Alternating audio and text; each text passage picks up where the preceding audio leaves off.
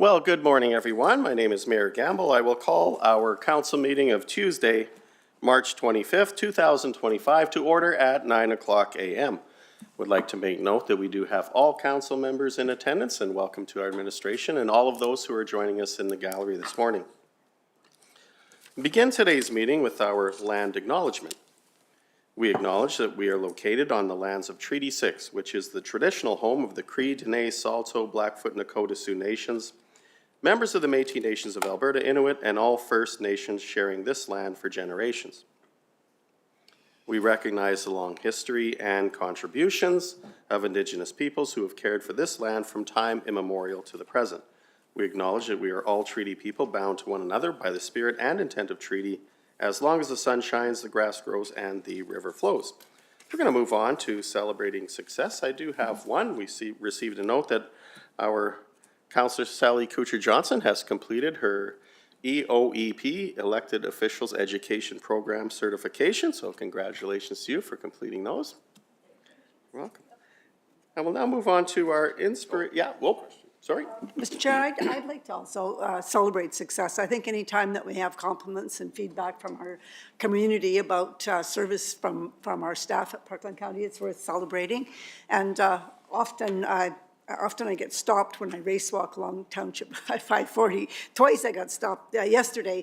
And one of the residents from Patricia Hills asked that I make sure to inform our staff of the excellent work they get for snowblading in Patricia Hills. Myrene and Chris Coobs, they said they've had issues before they're seniors.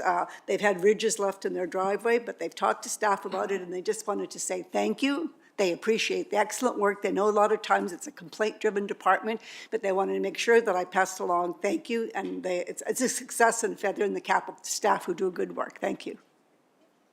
Hey, thank you, Councillor Kubasiak. Any more? Oh. 2 is good. Let's move on to our inspirational reflection. I'll turn it over to Councillor Kubasiak, please. Thank you, Mr. Chair. During our council meeting today, may we be mindful of this special and unique opportunity we have been given to work for our county. And in that work, may we find strength and wisdom. May we be reminded that it is a privilege given to us as elected members of Parkland County. Great, thank you, Councillor Kubasiak. We'll now move on to item number 2, which is our adoption of the agenda. I'll look to council members for any additions or deletions to today's agenda. Seeing none, I'll look to administration. Thank you, Mr. Mayor, and good morning, Council. Administration has no additions or deletions today. Thank you. I'll look to Deputy Mayor Wiedman for the adoption of the agenda as presented, please. Yeah, I'll move the adoption as presented. Thank you. Motion is open for debate. We'll call the question. All in favor? Motion is carried unanimously. Let's move on to item 3.1, which is the adoption of the March 11th, 2025 council meeting minutes. I'll look to Councillor Kubasiak, please. Mr. Chair, move that the March 11th, 2025 council meeting minutes be adopted as presented. Thank you. Any corrections or changes? We'll call the question. All in favor? Motion is carried unanimously. Item 3.2, the adoption of the March 13th, 2025 special council meeting minutes. I'll look to Councillor Kutcher-Johnson, please. That the March 13th, 2025 special council meeting minutes be adopted as presented. Thank you. Motion on the floor. Open for debate. We'll call the question. All in favor? Motion carried unanimously. Let's move on. We're going to move on to the public input session. I do have 4 registered speakers this morning. This is an opportunity for members of the public to come and share information with council. I will note that we will not be engaging in debate, but we will be listening and accepting your information. If there's follow-up action that is required, we'll certainly direct our administration to connect with you after you've provided your public input. So with that, I do have first up, Cliff Spicer, if you'd like to come forward, please. Thank you and welcome, and thank you for joining us this morning. And I understand you're nursing an injury from skiing yesterday. So. Now the world knows. Anyways, good morning, everybody. I've come here because I have concerns, and it's to do with the road construction and that. I live up by Chicago, and access to I live on 534, which is obviously east and west. I come up the 5th, or I have to come up Range Road 14. Now, Range Road 14 was done a year ago, They resurfaced it. And I have to say, and in conversation with quite a few of the neighbors there, it's worse than what it was before they did it. So I don't know what the criteria is in terms of road construction, what's expected of the companies that do it, what the warranty is on it, and if there is anything that has to be done on it, who picks up the tab on it? Concerned about that. And so there's lots of people, I have horses, and I won't haul my horses down that road anymore. And that shouldn't be like that. There needs to be consideration in terms of bringing these roads up to a standard. And now I've talked to Rob about it in terms of McGowan in regards to, they put some railings, guardrails up there, and they pinched the road. So as soon as they did that, one of the gentlemen that runs his horses up there, he tagged the mirror on a school bus. And my understanding, they had to look at the facts and the cameras and that, and everybody was in the right lane. But you've created a risk, and I don't know who sets that parameter up. But it's narrower by at least 8 inches, 10 inches. And like I was saying, I won't haul my horses down that road, and there's a lot of other people. So I don't know what, I'd sure like to know what they're gonna be doing about the guardrails, but also fixing the road up and getting rid of some of these, we got a whole bunch of dips in that. Well, they took the signs down, we had to put the signs back up again because the road's in the same shape or worse than what it was. So that's my concern more than anything else, and I know it'll be addressed, and I know it's not an easy, these are big jobs that have to be done, but I think that some of these things have to be tightened up in terms of the contractors that we get. Okay, I want to say thank you for coming in and sharing those concerns with respect to Range Road 14. You're interested in looking at the criteria, the selection of supplier, the warranty, the narrow aspect of the road with dips and hills in it, and also the relation to guardrails. So I will turn it over to Mr. McGowan, please. Thanks. Thank you, Mr. Mayor, Mr. Council, and Mr. Spicer. Thank you for coming in. We do appreciate that comment, and we do recognize there are some faults on the Range Road 14 construction. Those will be rectified. There is a dip in that road, and it is under warranty, so the county won't be paying for that. The contractor will be. He'll be coming back and repairing those defects. The dip certainly is going to be fixed as soon as weather permits. We also have an engineering consulting working on the design for the guardrail. And so when you build it to exact specifications and in the conditions of that roadway in terms of the narrowness, the steepness of the slope, guardrail on both sides, and you make it the exact spec, and you look back and you go, that's not working for our residents, and it's not working. Even though it is spot on spec, just the environment and conditions, we recognize that it's not working for our residents. And so we do have a design consultant. He's working on how far we can move that guardrail out to accommodate the traffic better. And so that's certainly underway and will be addressed and setting that back as soon as favorable weather conditions permit. So, but 100% accurate, and thanks, Mr. Spicer, for coming in and sharing those concerns. Mike, just button. Okay. Anyways, in regards to the water trucks and that, like 534 we're on, that road was brought up, $6 million builds a pretty good road. And so, it's up to standards to haul these heavy loads. So we have the water trucks that are going down 14, and I feel in the near future that we're going to have the same problem again. I don't know if the prep work hasn't been done right from one end, from 534 down to 16. So can we expect the same thing in a year from now because of the weight loads? Because that road is not up to standards to be hauling water trucks and all that stuff. I feel anyways. If I may, Mr. Mayor, through you and to Council and Mr. Spicer, the bearing capacity and structure of that roadway has been designed to meet the requirements. The issues that we're experiencing and trying to address are geometric. So geometric is the geometry of the roadway is an issue and recognized, and we're moving forward to fix that. The dip on the road will be repaired. I think that's a sort of an isolated area, but the road's been designed by engineering services and our consultants. And we feel confident that it will last and that it was built with the appropriate structure to accommodate those hauls. Because when they design that structure, they look at traffic, types of traffic, volumes of traffic, and so on. So that's all been considered in the design. Thank you very much for your time. Appreciate Great. that. Thank you for coming in this morning. Okay, have a good day. Yeah, you too. Okay, let's move on. We have our second registered speaker, Mr. Manny Leitoff. If you'd like to come forward, please. And when you get comfortable, if you can just depress the middle button and just state your name for the records, and then you may begin. Good morning, Council, Mayor, respected. My name is Manny Leitoff. Obviously, I'm a resident of the County of Parkland, and I also operate my business in the County of Parkland. I was not going to start with the roadway thing, but since we've got on it, I've developed and built a few buildings in Fath Atchison Business Park. And last fall, there was a cut done in the road, and I found out a few things. There's no permits taken. I even took the time, because I would say I'm quite experienced in it. At the time, the backfill was done horribly, and I even spoke to the Twin City foreman there and was kind of blown off. There's a 6-inch dip in the road now. I've talked to O'Hanlon Paving. I happen to have built their maintenance facility for them in the park.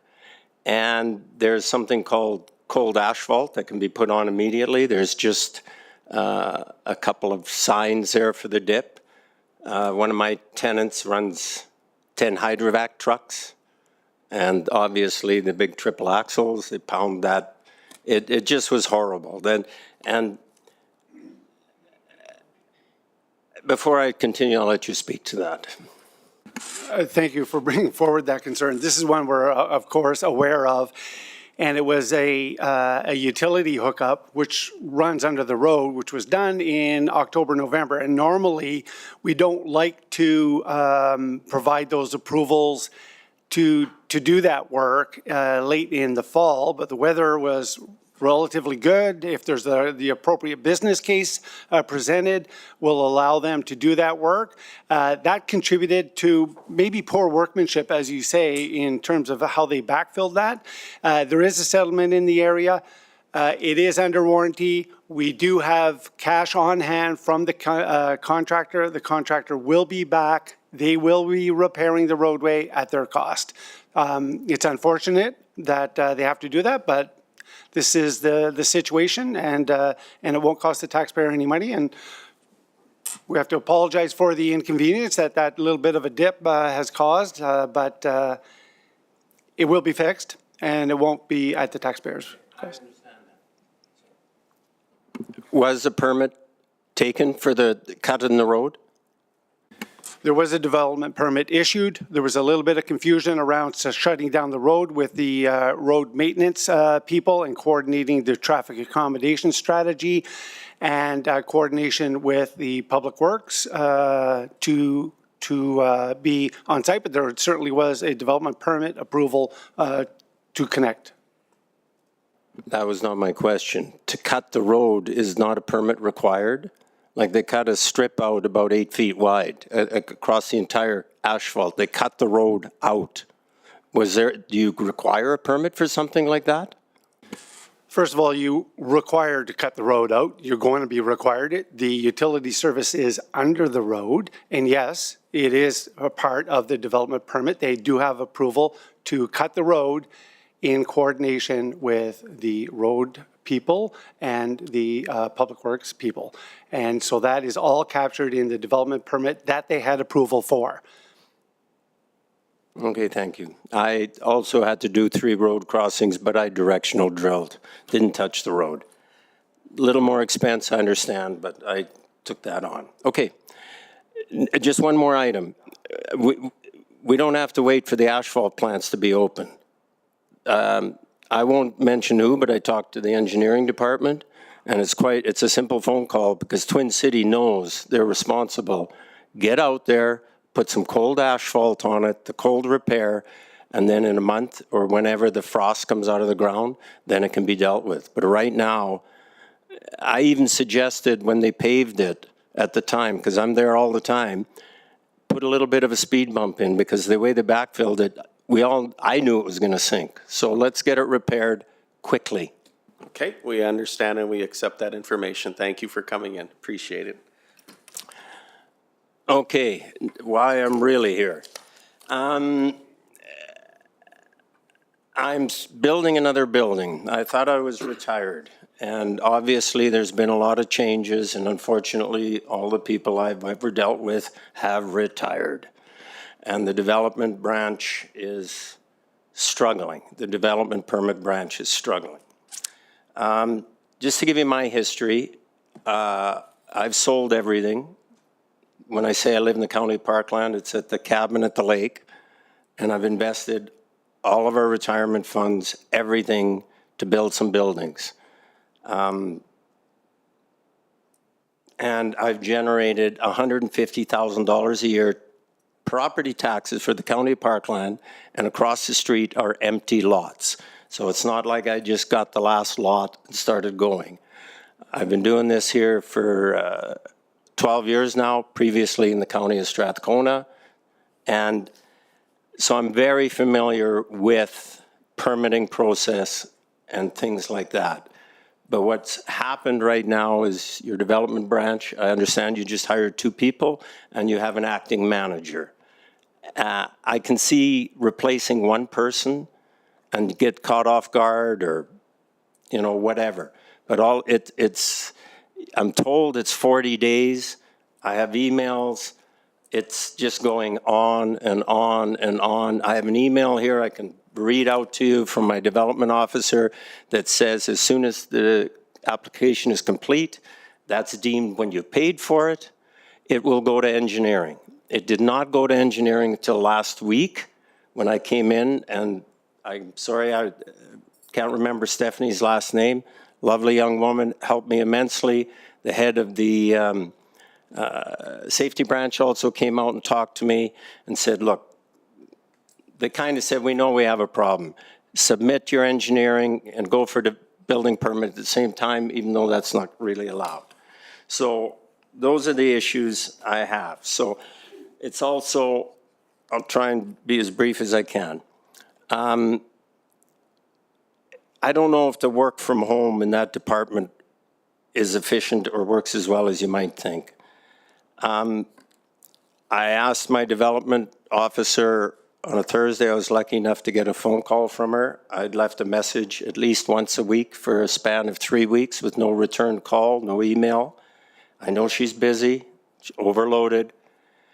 That was a Thursday. I asked, when might you be in the office next week?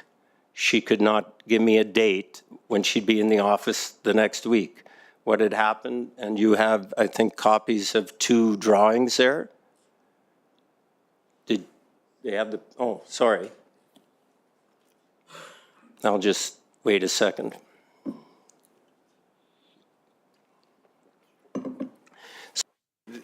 Sorry. Oh. Just a question to elaborate. Are you talking about a development permit for 40 days or building permit? Development permit. Okay, thanks. But that's what I was told anyway.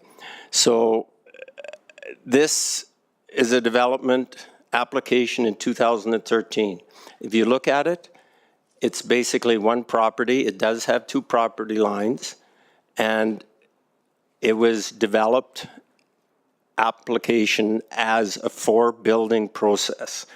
The engineering will tell you the stormwater engineering is in place. I can't alter it. It's made for the entire 7-acre parcel that comprises of 2 properties, 2 tax rolls, but it is one development site. So I can't alter that. The landscape plan was submitted at that time for that entire project with the deposit given. That's where my problem came, is we did not have that landscape plan digitally. In the meantime, I I've split with a partner. He had a complete nervous breakdown. Files went missing, hard copies. It was his job to have the drawings and all that. We didn't have digital. And that was my whole issue with the application. The development officer was nice enough to me to kind of bend a little bit and accept the application, allow me to pay for it without the landscape plan. That was weighing on me to find that landscape plan within your building. And it only turned up last week when I came into the office and would not leave till I got to speak to somebody. And again, Stephanie found that plan within 20 minutes. She had the plan. So away we go.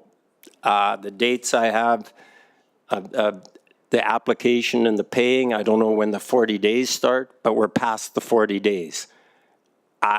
My development officer doesn't, I leave messages, I don't get a call. I have no idea what's going on, nothing. We're supposed to be partners. You know, I generate income for the County of Parkland. You want the tax base for commercial properties, which is a higher tax base, we all know, than residential. I understand it's tough. You talk about the complaint department, all these things. The squeaky wheel gets the grease. Well, most developers are small guys like me. They're not big corporations. We've got everything on the line. It happens, but just to give you an idea, this delay cost me $50,000. That's fact. So somehow, I understand that the old system of the desks for the development department will be reopened. When they closed, I cried. It's okay. Thank you. All right, thank you for sharing that information with us. Council has heard, and we will discuss and receive an update with our administration in our briefing this afternoon, and we certainly will be on it. So do appreciate you coming in and sharing that information with us. Thank you. Thank you for letting me speak. Of course, thank you. Okay, let's move on. Who's this guy? Floyd Young, haven't seen you in a while. Okay, Pat Beekle, if you'd like to come forward.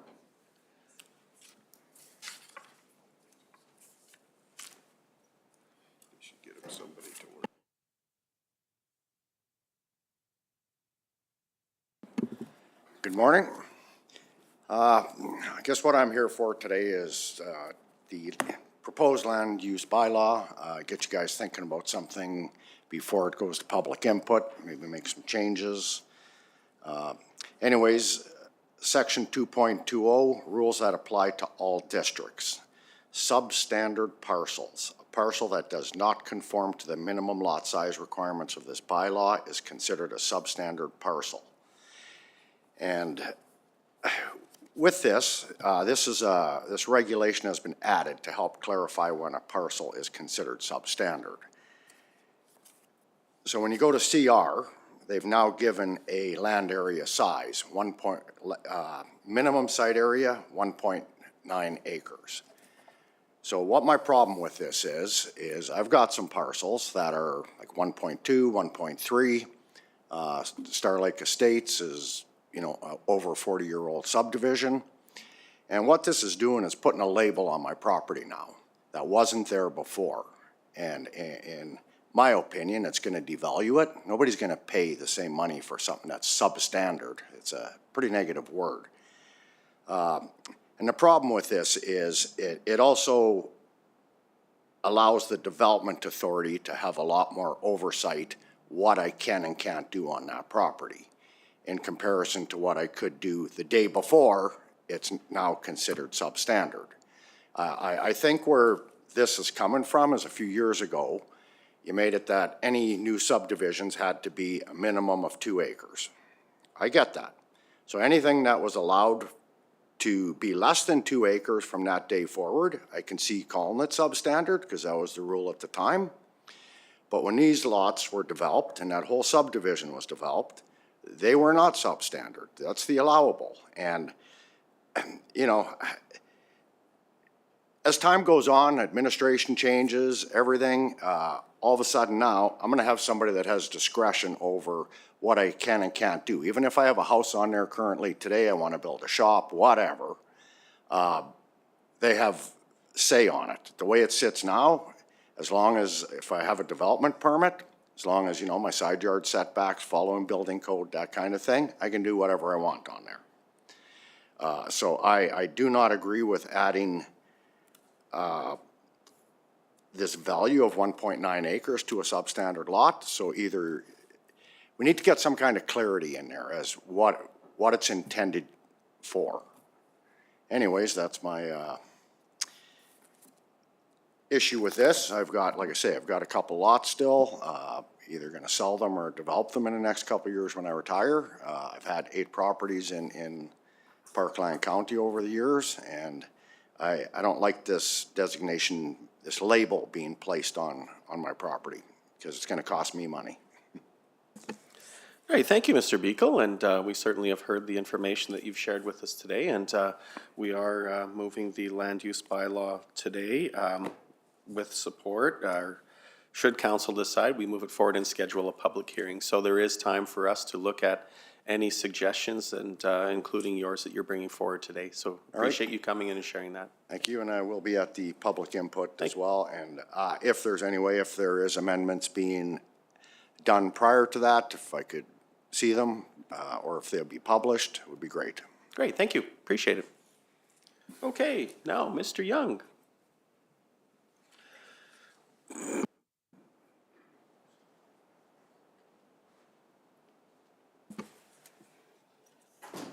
How are you doing, Floyd?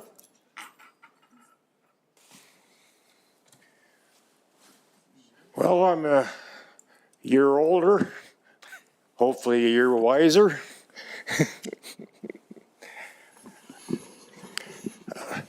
Mr. Bickle and I share the same problem. I can reiterate his words exactly, so I won't bore you with it. We've both been in Parkland County for the same amount of time, 35 years. We both own two separate lots that potentially will be up for sale other than our home lot. And we are really upset about this designation of substandard that's been put onto these lots. Now, when these lots were made 45 or 50 years ago, they were all the rage going on. Now, for some reason, they've upgraded it to a greater footprint, which overruns us. And now our lots are deemed as substandard. Now, that's an awful moniker to put on our pieces of land. There's nothing, our lots are sure not substandard. They're very nice lots, valued in excess of $100,000. So we want that changed. We're not fooling around. We're going to bring in the Army at this public hearing if we don't hear that our concerns are going to be looked after, eh? And just to give you an instance, if you go to the grocery store and they've got 2 bags of carrots, one is standard and one is substandard, which one are you going to buy? You got to buy the standard ones. You don't want the substandard garbage, you know, unless you got a bunch of pigs at home that you want to feed it to. So this is the moniker that you've put onto this land, eh? And you know, so if we do want to sell it, and I'm not going to live forever, so going to sell that land someday. So you got 2 choices: you keep your mouth shut, and you don't tell the potential buyer that this land has been labeled by the county as substandard. Then all of a sudden he finds out it's substandard, is below the minimum requirements of this new bylaw, which is 2 acres, and he turns around and sues you for non-disclosure. So you've opened up a real bad can of worms here by, first of all, increasing the land footprint to what was originally okay when these subdivisions were originally made, and left us wide open to some real problems. So I want you people to take a real good hard look at this, you know, and we're not fooling. Okay, second thing. We'll have a little laugh over this one. I'm starting up a new Tiddlywink club, and I thought maybe I could get some money. I mean, we got the pickleball people in here looking for $300,000. I think that's ridiculous. If these old folks need some exercise, they can come out to my place and help me cut firewood. So I want you to take a look at this $300,000 deal. I'm telling you, you've heard me before whining about throwing our money away, and please be careful with our tax dollars. Okay, thank you. Great, thank you, Mr. Young. I really appreciate you coming in today. It's been a while since we've seen you in here, and we always appreciate you coming in and sharing your concerns that you have as a resident of Parkland County, and council will consider your thoughts today for sure. Thank you. Yeah, thank you. Thank you. Okay, that brings us to the end of our registered speakers. I will open it up to the floor if there is anyone else who is here who would like to speak. Okay. We're going to move on to our 9:30 appointment, the Hassey Lake Redevelopment Concept Plan presentation, and I will turn that over to Mr. Cornforth for introduction, please. Good morning, Council and Mr. Mayor. Joining us this morning to present the Hassey Lake Redevelopment Concept are Brandon Sido, Interim Director of Community Services, and John Butchko with Authenticity, and we are prepared to answer any questions. Thank you.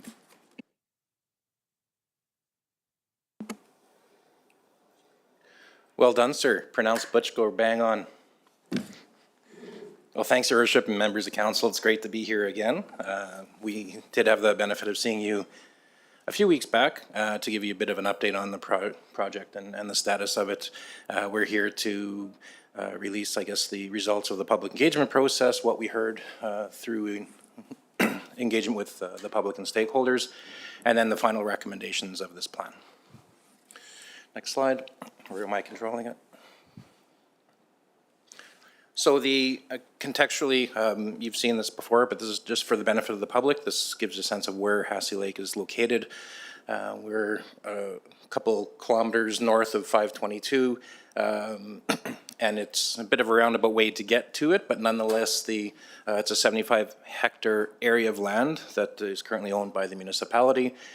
On the right side, you can see the general attributes of it. There's an access road, some parking lots. There's a loop trail that exists there, which is predominantly just a mowed grass area. A day use site, which was kind of vintage from the provincial park days when the property was turned over to the county. A very well-known local fishing hole where there is stocked fishing that has been brought back after a few years of not stocking it because of the poor water quality. The steps that you see in the middle is the process that we went through. We started off with some preliminary planning. We did stakeholder discussions internally as well as externally. We did a public open house, and then we were here today to present the final plan to council for information. Ooh, that's sensitive.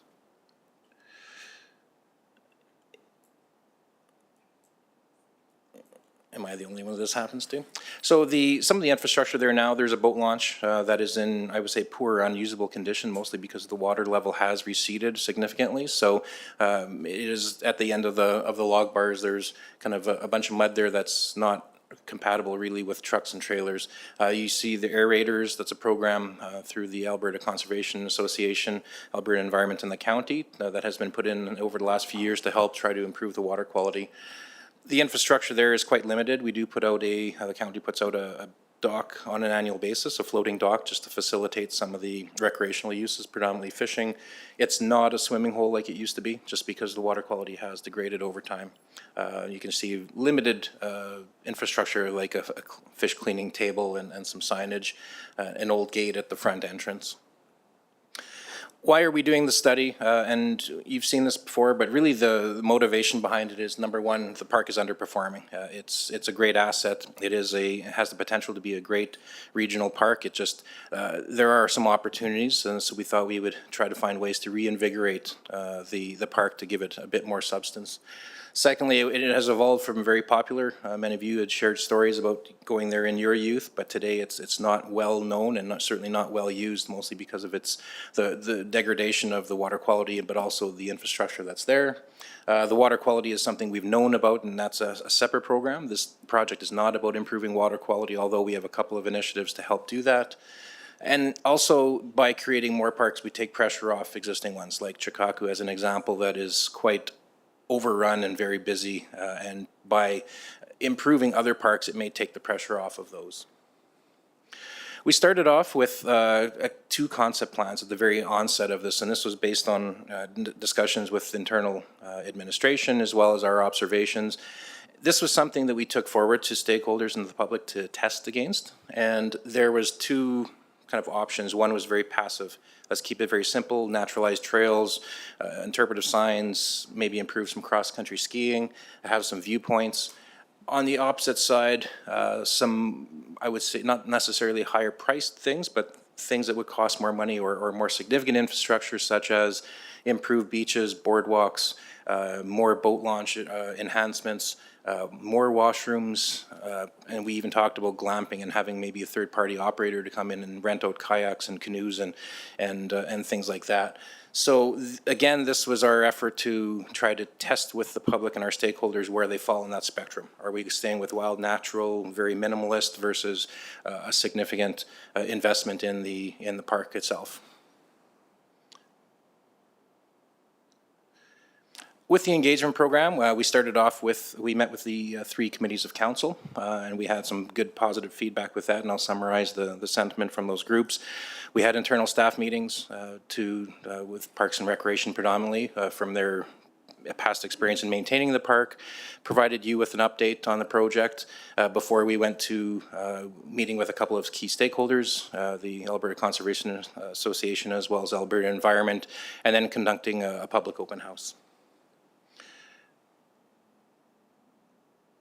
Oh, boy.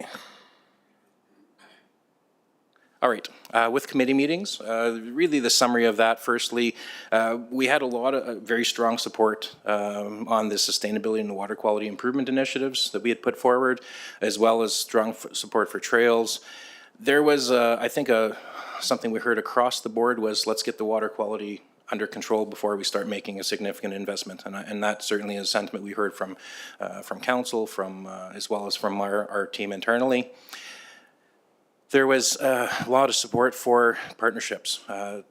This is not just a county initiative, and many regional parks are now being operated through partnerships with not-for-profits, with profitable groups, with companies, with others, so certainly explore those as we move forward. And really a big, strong push for year-round activities. Let's think about wintertime. Let's not just do this for the summer. Meeting with stakeholders, this was with, again, the Alberta Conservation Association as well as Alberta Environment.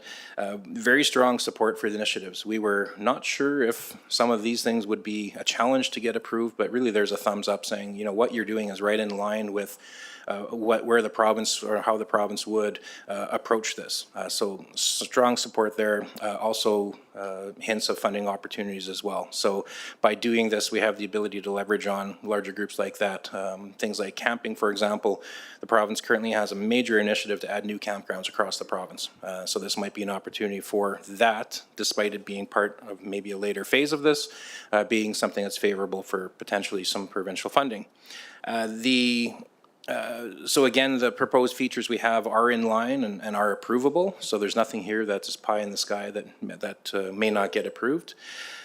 Then the idea of the lagoon that I'll talk about is really that creating that westerly basin as a swim lake. There's strong support for that. Even though it does have ecological value, it is better off, and from a water quality perspective, our approach does align again with the 2 key stakeholders had discussed.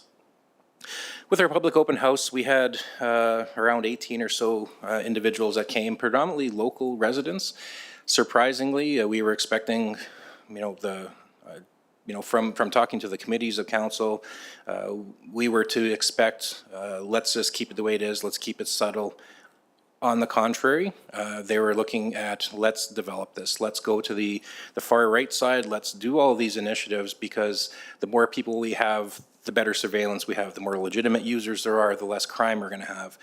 If we bring lots of people here, we're not going to keep burning the washrooms down, as we've seen in the past. So there was a high degree of support from those residents. Again, a small sample size, but predominantly local residents of the area.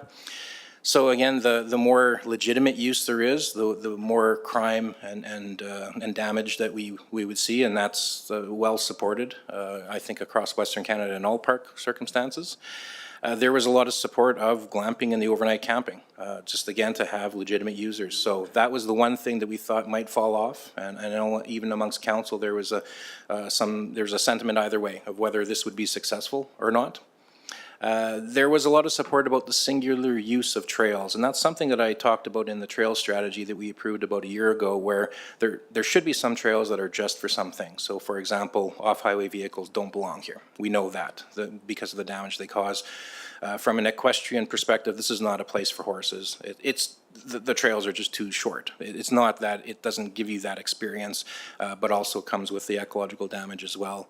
Lastly, thoughts of the lake itself maybe moving toward being non-motorized altogether and just having non-motorized craft, mostly because of the access, the inability to actually put large boats on here because of the shoreline and spending, you know what the cost of boat launches are, and for a mediocre or poor at best experience with a boat, maybe this isn't the place for it.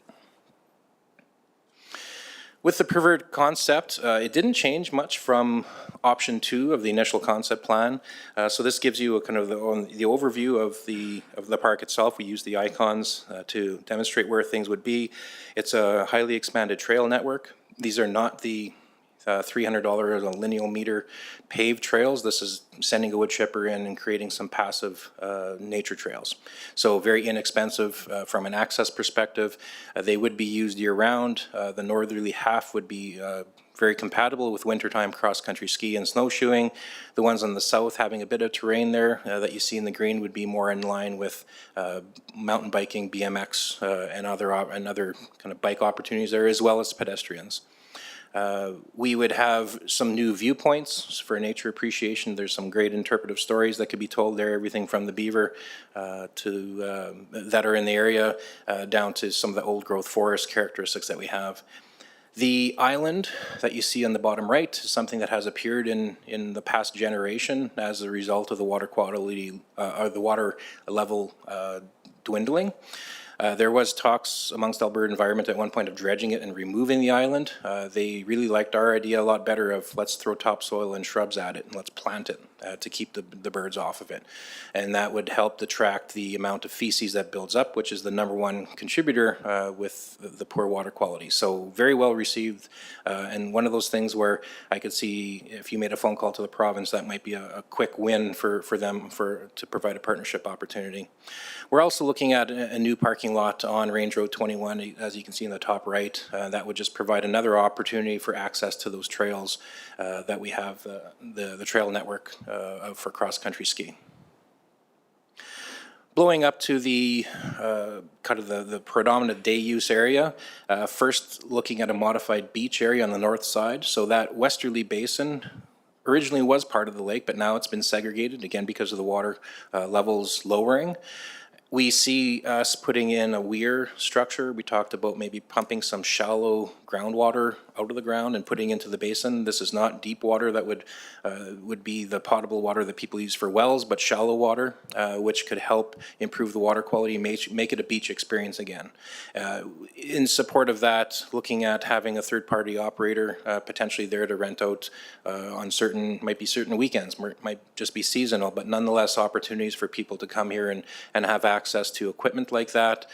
Overnight camping, glamping certainly is highly supported through most of the users that we spoke to, and certainly the local residents. looking at a weir structure that segregates that westerly portion so we can raise the level of that up a bit, keep the fish out of it, make it recreation, and then again have higher level of water quality within that basin to bring back that recreational experience just to that limited area. We see that as a quick win to help support the day use, but also to make it an attractive place for swimming again. Some of the, apologies, I'm struggling with this mouse.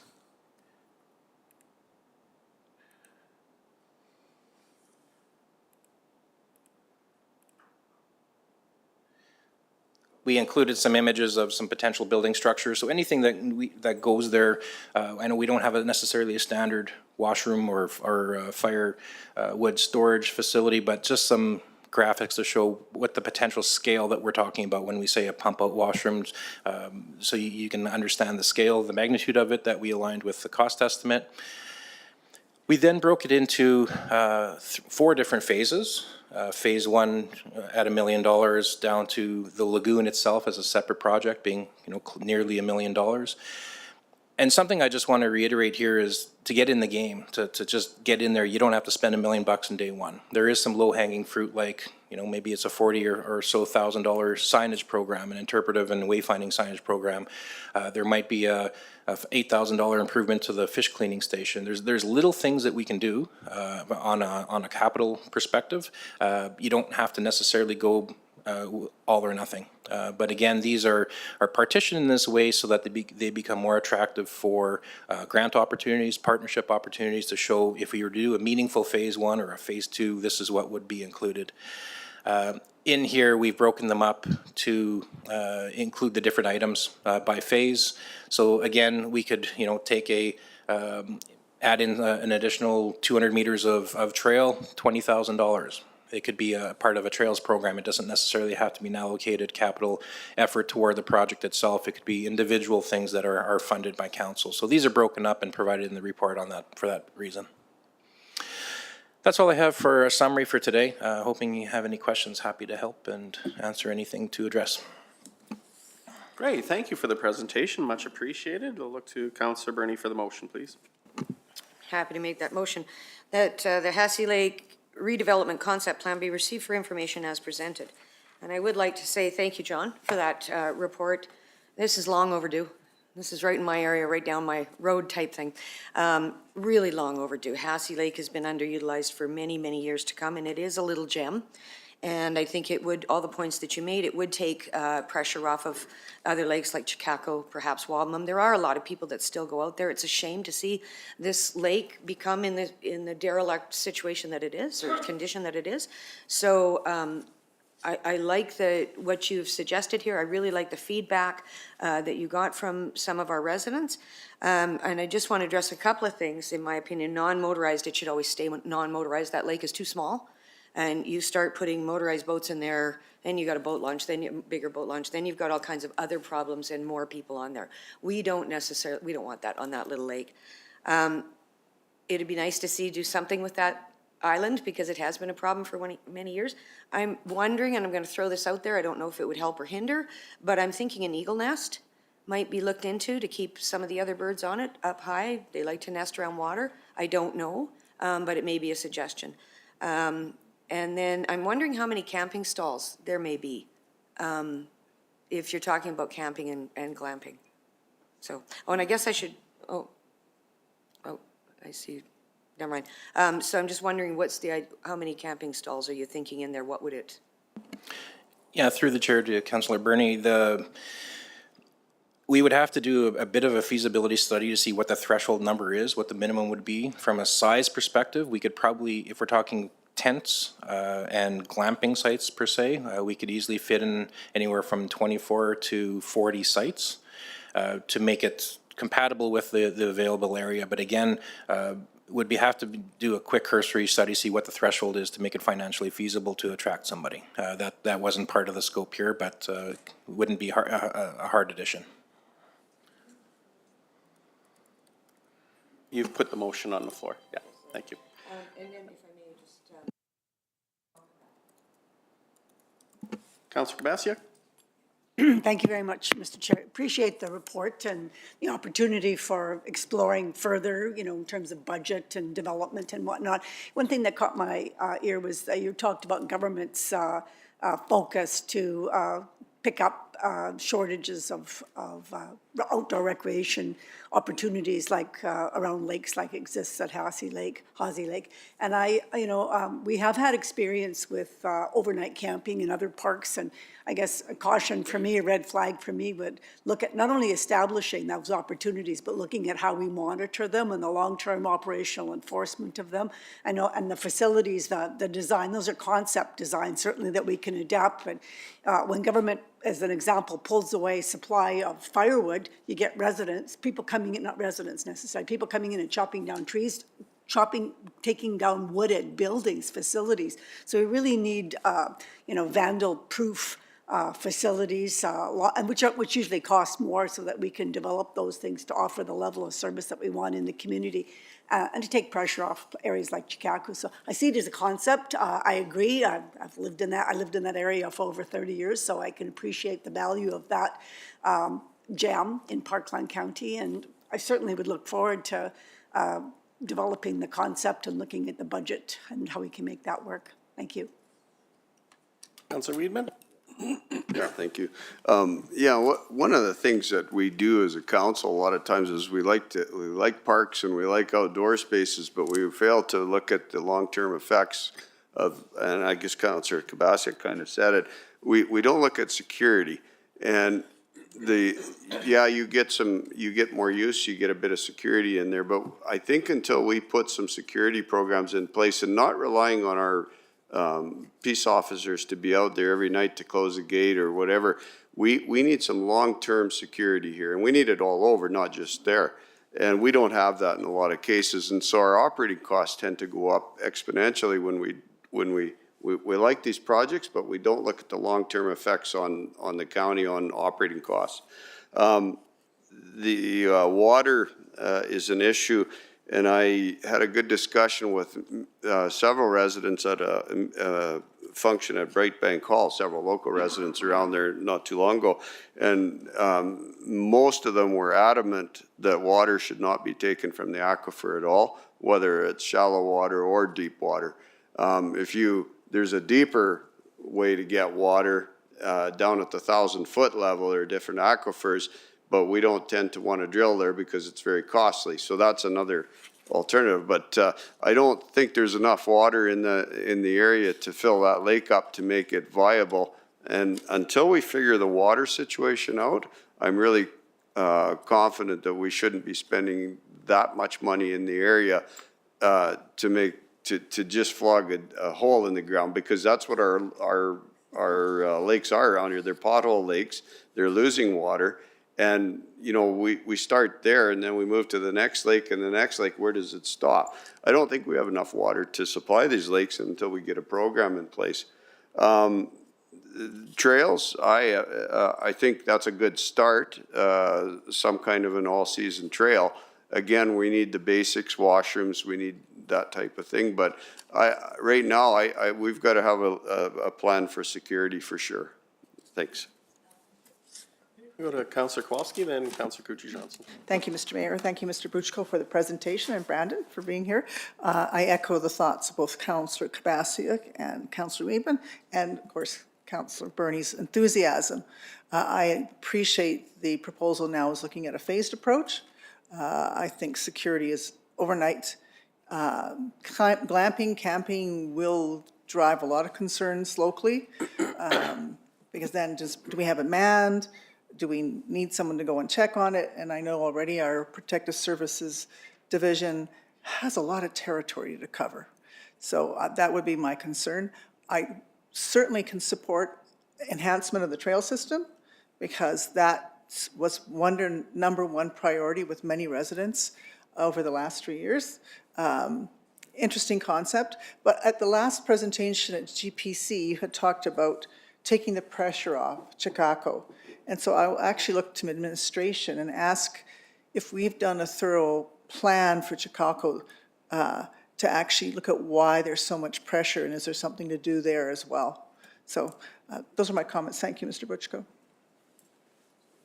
Okay, thank you. Councillor Kucher-Johnson. Thanks for the report. I thought that was an absolutely beautiful report. It was nicely done. But my comments are that I'd like to see minimal investment in that area.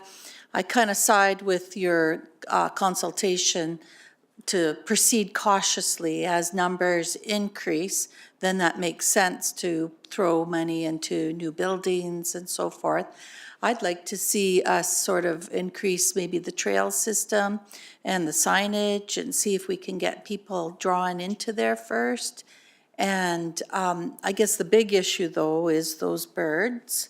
I like that idea about maybe peregrine falcon or maybe eagles or something in there to kind of help with that situation, because last time I was there, I didn't want to get out of the vehicle because I didn't want my shoes to get all filled with dung. And that's the reality and the truth there. And yeah, and as for planting that island, like I know I tried to plant grass in my yard. It's something you have to be there watering and keep, like, are we gonna take a boat out there and go water the grass? And like, I don't know how that, I have a hard time visualizing that, even though that seems like that is an idea anyways, but grass is hard for me to grow, so maybe people are better at it on an island than I would be. Yeah, so like I said, I think minimal investment, more trails, signs, see how that goes, then move forth. Thank you.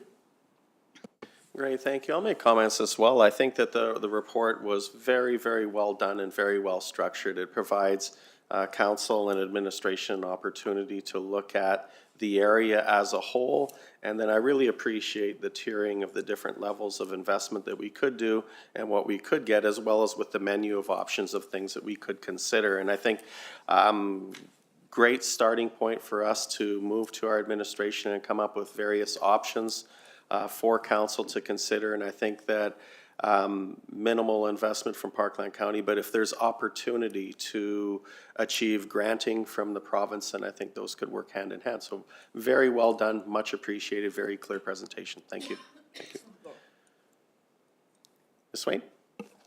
Just to council, just one comment through me, just as a reminder that we will be discussing a trail prioritization exercise in the middle of April. So this is certainly something that we can discuss as part of that. Perfect, thank you. Councilor Bernie? Thank you again, Brandon and John, for that. I'm thinking as to any kind of glamping or camping, there would definitely have to be a third-party user there. That would eliminate the problems with security, or some of them anyways. I think there's very good points made.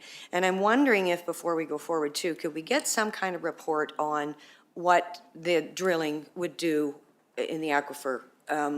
Where would we go? Like Councillor Wiedemann said, do we go 1,000 feet? Do we go, let's find out where that goes. I do like the idea that the two present stakeholders, the Alberta government, are interested and involved. We have their support, which is always huge, and that there are opportunities for funding, which is great. So thank you again for all the work you did on it. I look forward to seeing what happens with this. All right, thank you. Those are closing comments. So I will call the question. All in favor? Motion is carried unanimously. Thank you. Thank you. Nice logo, John.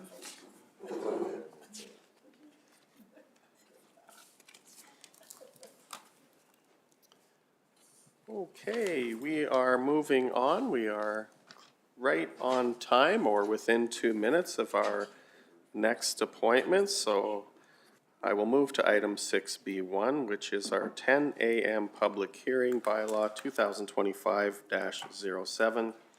Road closure, Sale Meridian 5, Range 6, Township 52, Plan 8221031. So I will officially call our public hearing to order at 9:59 a.m. I'd like to advise all that this is a formal hearing and records are being kept of the proceedings in accordance with the provisions of Section 692 of the Municipal Government Act as amended. The Council of Parkland County is holding this hearing to provide an opportunity for public input and comment on proposed bylaw 2025-07. We'll first hear an overview and summary of the proposed bylaw from administration, as well as any written submissions that we've received prior to the hearing. We'll then receive any additional information or verbal submissions from the floor. We'll put an approximate 10-minute time limit on those who are providing verbal submissions. And at that time, council may ask for any clarification on written or verbal submissions. Wish to remind everyone that this will be everyone's only opportunity to comment on the proposed bylaw. And following all of the verbal presentations, at that time, we'll bring our administration back up front to respond to any questions from council. We'll then ask council if they're satisfied with the amount of information that we've received, and if not, we may make a motion to recess the hearing at that time. So with that, I will turn it over to Mr. McGowan for introduction. Thank you. Thank you, Mr. Mayor. We have Jody Hancock, the Director of Engineering Services, here to provide us an overview of the public hearing pertaining to the road closure for the purpose of sale and consolidation into the adjacent lot. So with that, I'll hand it over to Mr. Hancock for a presentation, and we'd be happy to answer any questions the council may have. So with that, Jody. Thank you, Mr. McGowan. Hello, Mr. Mayor and council. Happy to be here today to present the first reading for bylaw 2025-07. And perhaps we can put the attachment up for number 4 would probably be a good one to start with. So administration supports the proposed motion to receive first reading. We have followed up with Alberta Transportation and Economic Corridors for review and approval, and they have not identified any areas of concern. The idea here is to close a portion of the road allowance, not the statutory road allowance portion, but a portion that was purchased or acquired by the county sometime around 1982. So this portion of land was taken to, at some point in time, the idea was to build the road outside of the statutory road allowance to bend around a wetland area. This does lead north into a natural area, into the, I lost the term for it. The grazing area, the wildlife grazing area to the north, so it doesn't extend into any other residential properties. It does extend north into a natural area. Retaining the statutory road allowance ensures that we maintain physical access or legal access to the north if needed to extend the road. The closure application has been made by the resident to the east of the area, particularly the area that the road closure will fall into. Larry and Lori Zimmer have been talking to this for quite some time. The portion of Range Road 63 road allowance is described by Survey Plan 822-1031. Again, as I mentioned, it was taken in 1982 or acquired by the county in 1982. Closing and consolidating this road allowance widening will address concerns with the proximity of the residents. This was done, the house has been built, and there is a closer image if you can go to the next item there. You'll see in the aerial photograph that the road right-of-way does come very close to the existing residence. We did search and try to find out why the residents or how the residents got built so close to the road allowance. I think the house was built and the road allowance happened, or the acquisition of the road allowance happened later. There is a gate and a garden that is fully within the road allowance. The landowner, I believe, is looking to close or allow the gate to remain, to be able to close the roadway for security of the property and be able to fence in a larger area to just protect their premises and not have open roadway within 3 meters of their house. As I mentioned, the internal Parkland County team has reviewed and has not identified any concerns. It's also been reviewed by Alberta Transportation and Economic Corridors, as well as Alberta Forestry and Parks. No concerns have been identified. The closure is for sale. Sometimes it's for lease, but this one is for sale. Again, I'll reiterate, it's for the portion of roadway shown in blue. It does not include the statutory road allowance that is there. That will remain. As another attachment I'll bring to council's attention is a letter drafted and written by the Zimmer family that is interested in the closure and have put the application forward for us to talk about today. I won't go through the details of it because it's in council's package, but they are in support of the closure. They will work through a purchase agreement following council's approval. And a couple of bullets there about their rationale for wanting it, and just a correction in the notes at the bottom of the page. We did add an administrative note that it's not 30 meters of road allowance that will remain. It is 20.12, which is the 66-foot road allowance of the statutory road allowance. So just a point of clarification from our end. So I feel like I've somewhat ran through the details, trying to save council some time without reading every line by line. But we are here for first reading. The next step for this will go to, assuming there's approval, it will go to the Minister of Transportation Economic Corridors for approval. And following that, we will return back to council for second and third reading. Again, we're here for first reading and we have to get through that step first. So I'll turn it back to the mayor for any questions. Great, thank you for the information. I will now ask council if there are any questions for clarification from our administration. Councillor Kowalski. Thank you, Mr. Mayor. Thank you, Mr. Hancock. So you mentioned that this was access to the northern grazing area, north of this. So if we eliminate this road allowance, there's no road. So I'm a bit confused. And I looked in the package earlier this morning. I wish we had a bigger aerial photograph that showed a larger area, but we do not. It's currently an undeveloped road allowance, so there's no road that exists today. The road that you see on this drawing extends north from the south quarter section line and basically is a driveway that terminates in the yard of the Zimmer's property. There is no existing road. If there was going to be a road built, the retention of the statutory road allowance would allow us, if we ever decided at any point in time in the future to build a road to go north, we would access into the Jack Pine Grazing Reserve. The Alberta Forestry and Parks, that was their main concern, is that they recognize there's no access today, but they also identify there would be access or potential access, if so desired, in the future. There are other alternative ways to get into the Jack Pine Grazing Reserve that are better than this one. Okay, thank you. Any further questions for administration at this point? One further. Yeah, go ahead. Thank you, Mr. Mayor. So in the process, if I may, I'm not sure it's to you, Mr. Hancock, or to Ms. Swain, if we proceed with this and we put it up for sale, is it a best bid? Or is there priority given to the person whose driveway is consumed by this road allowance? Our typical process would be to, again, we're often dealing with closure of a full right-of-way. So if you will, a 30-meter right-of-way is often the number that we're dealing with.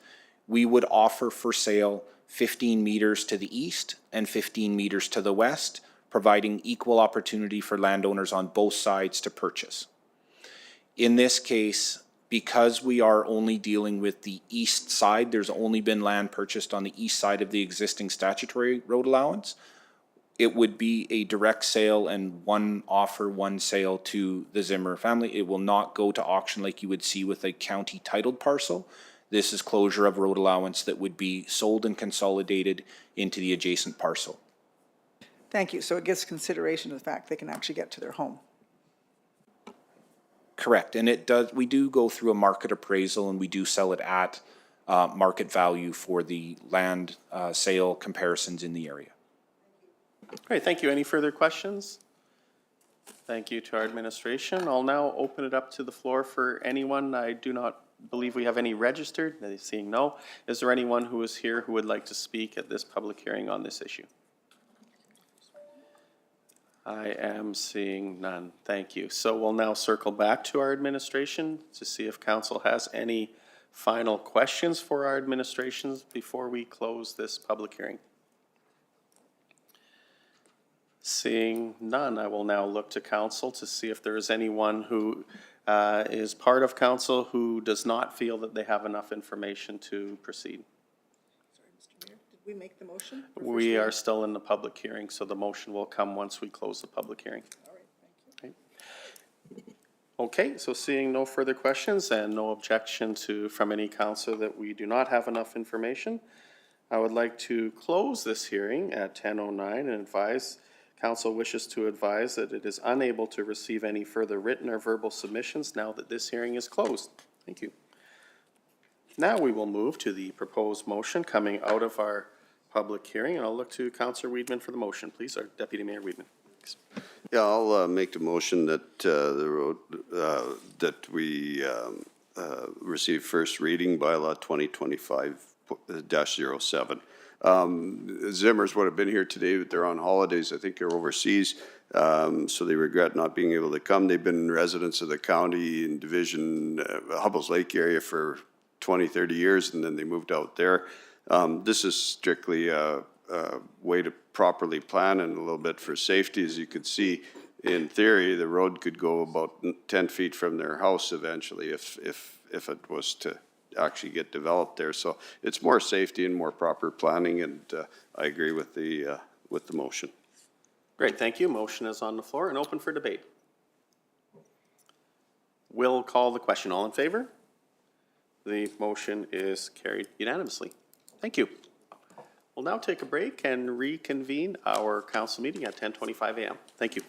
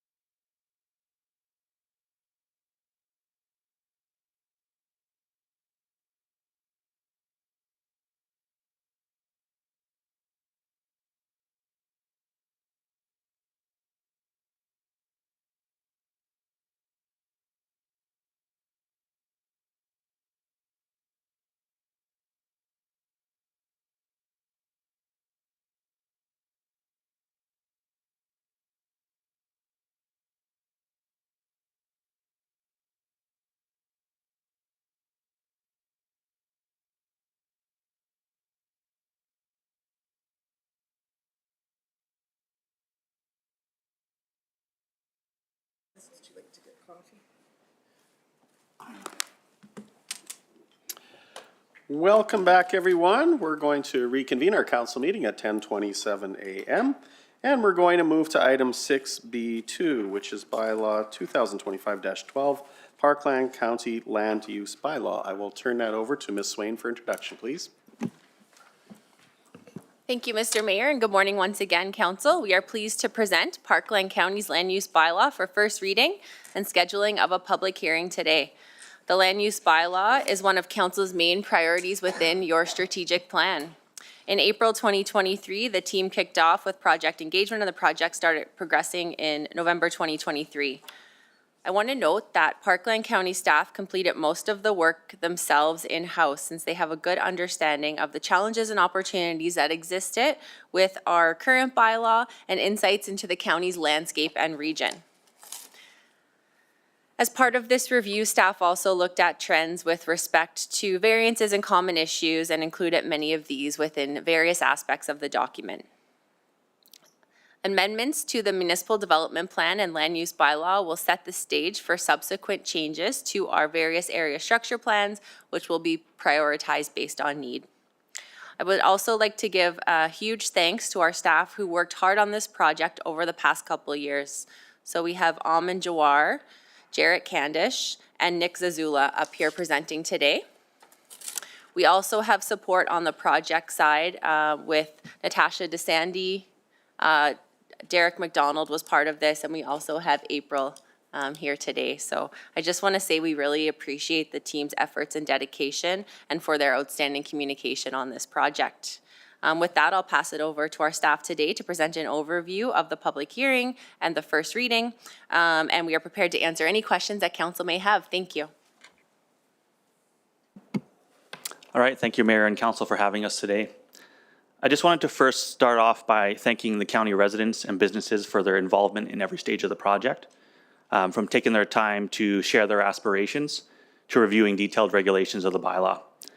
The effort that we put in for the last 2 years has really gone into a lot of research, refinement, and engagement. And having residents and businesses take the time out of their day, out of their schedules to provide us with feedback and ideas is a large commitment. And before we start our presentation, I just want to acknowledge and appreciate all of that effort. To the next slide, please. So today's agenda will include a review of the project goals and phases and an overview of the proposed bylaw 2025. We'll highlight some key changes that we have made and provide an overview of the county-wide mapping changes that will occur. Following the review of the bylaw changes, we'll highlight the next steps in the development planning process once the bylaw is approved later this year. Next slide, please. So Parkland County is a place where we connect individuals to communities, industry to opportunities, and people to nature. It's a place where many people call home and where they aspire to grow and prosper. To support growth, connection, and opportunities, our planning tools must evolve and align with our long-term future that we've envisioned. Redesigning the way in which we regulate land and development is one of the very first steps we need to take to make that vision a reality. Our last comprehensive update was completed in 2009 with a series of amendments to keep the bylaw functional. With the incorporation of the former village of Wabamun and a newly adopted municipal development plan, it's important to ensure that we have a streamlined regulations and process for development. As a county-led initiative with a project team of county staff, proposed bylaw 2025-12 takes into consideration a wide variety of feedback to enhance our competitiveness, address gaps, and ensure our environmental and agricultural lands are protected. A land use bylaw is also required by each municipality in the province and acts as the instrument through which the use and development of all lands in the county are regulated. This document must also align with our higher level policies, such as our municipal development plan and area structure plans. Next slide, please. In 2021, administration presented council with an optimization strategy for the bylaw project. 4 goals were identified, which evolves into these 4 topics.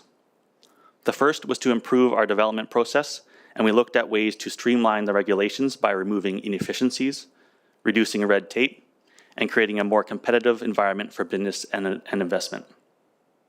We then looked at ways and identified opportunities to create clearer definitions and processes to ensure consistent application and interpretation of regulations, which creates more predictability and certainty for residents and businesses. As we develop and as business models change over time, it's also important that our land use regulations respond to and enable development that the county wishes to see. By incorporating community and industry trends, from supporting multi-generational housing to modernizing parking and landscaping regulations, proposed bylaw 2025-12 reflects a modernized approach to development in the county. And from our formal engagement events to our day-to-day conversations with the public, we've heard from residents their desires to have a document that enables and promotes good development and is broader and more flexible. And finally, we focused on creating a bylaw that is more approachable and easier to understand by incorporating plain language, designing a new layout, and developing graphics to assist with interpretation. So this project has been completed over 3 different phases. In phase 1, as Jared mentioned, we introduced this project to the community. We did awareness and education campaigns so folks can know what's going to be happening in the next few years. Administration also undertook a very large-scale research project to understand the issues and opportunities that were associated with the previous land use bylaw. In the second phase, we focused on refining regulations and completing engagement check-ins with the community in order to explore ideas and find potential solutions to problems people had with development in the county. During this phase, we did the majority of the bylaw drafting and internal circulation and review, which means everyone within Parkland County administration has an awareness and a contribution to this project as well. And then phase 3 is where we are today. We are sitting in front of you for the approvals and implementation stage. And starting off the stage is this first reading, where upon council approval, administration will start to advertise and prepare for a public hearing. Next slide, please. So as Jared has mentioned, public engagement has been integral for this process, and we have such gratitude to the folks who came out and spoke with us, giving their feedback for the direction of this project. We need to make sure that what we are proposing is in alignment with industry needs, with the public's needs, and with the future and vision of Parkland County.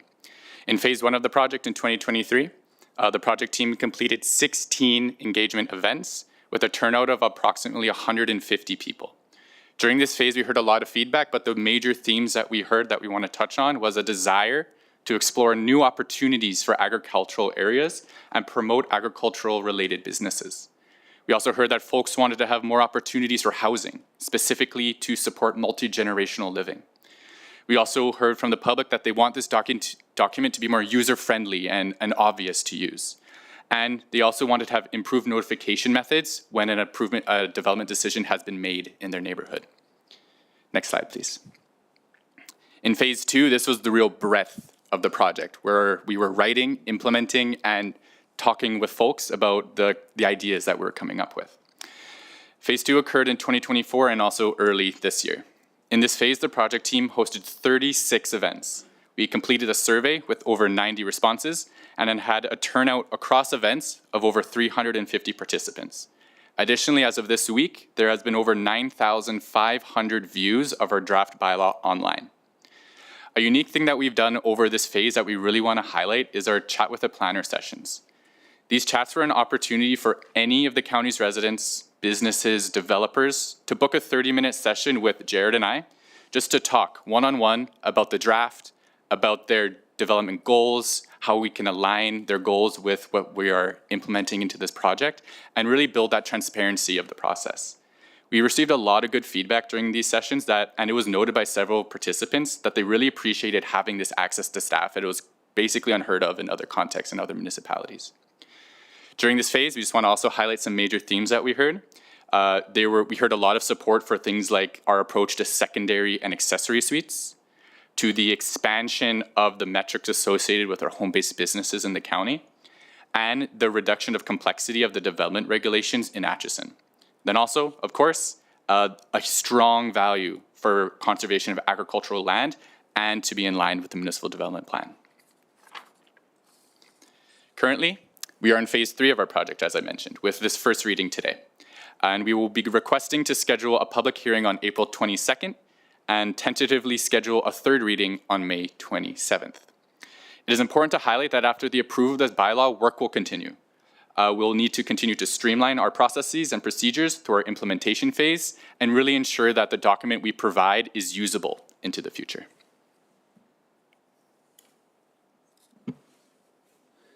So the project team recognizes that the land use bylaw can often be a complex document, and it's important to connect the reasons why we regulate back to council's strategic plan and the county's long-term vision. So the following slides will provide further insight into how those connections are made. Next slide, please. To streamline our regulatory process, we looked at ways to reduce redundancy and change the language we use to be more straightforward. Significant effort was spent on incorporating the former hamlet of Wabamun into Parkland County's land use bylaw, reducing the number of documents from 2 to 1. Creating fewer land use districts with broader use classes allowed for a more flexible and permissible bylaw. And through this process, we've reduced the number of standard districts from 39 to 17 and reduced the number of overlays and direct control districts from 14 to 12. Next slide, please. Throughout the bylaw, we've used plain language to simplify the understanding and interpretation of regulations. And by combining and consolidating uses, we have a broader series of use classes that are more flexible and can accommodate innovative building types. By formatting our regulations into tables, it's easier to understand requirements without having to read long strings of text. Next slide, please. So this slide shows an example of where we have multiple definitions in our existing bylaw for people doing work at a desk. In our new bylaw, we simply call it a office use. Next slide, please. So the existing land use bylaw is more rigid in its structure, which has resulted in a slower development process. By recognizing trends both in the community and industry, the proposed bylaw provides more opportunities for agricultural diversification and commercial business. As a result, we've crafted new use classes such as agritourism and agriculture value added. We've updated our regulations to allow secondary and accessory suites countywide with a larger floor area.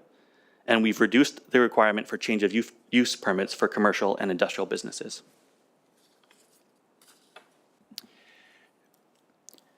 During our engagement events, we often heard that our existing bylaw was overly complex and that the regulations in place did not align with the needs of residents and businesses. To address this feedback, we have deregulated where it made the most sense, while still ensuring clear protection for things that are important to county residents, such as lakes and agricultural soils. By incorporating this feedback, we have updated our section on what development permits when development permits are not required, and have incorporated such changes as increasing the accessory building floor area and also allowing for personal beekeeping.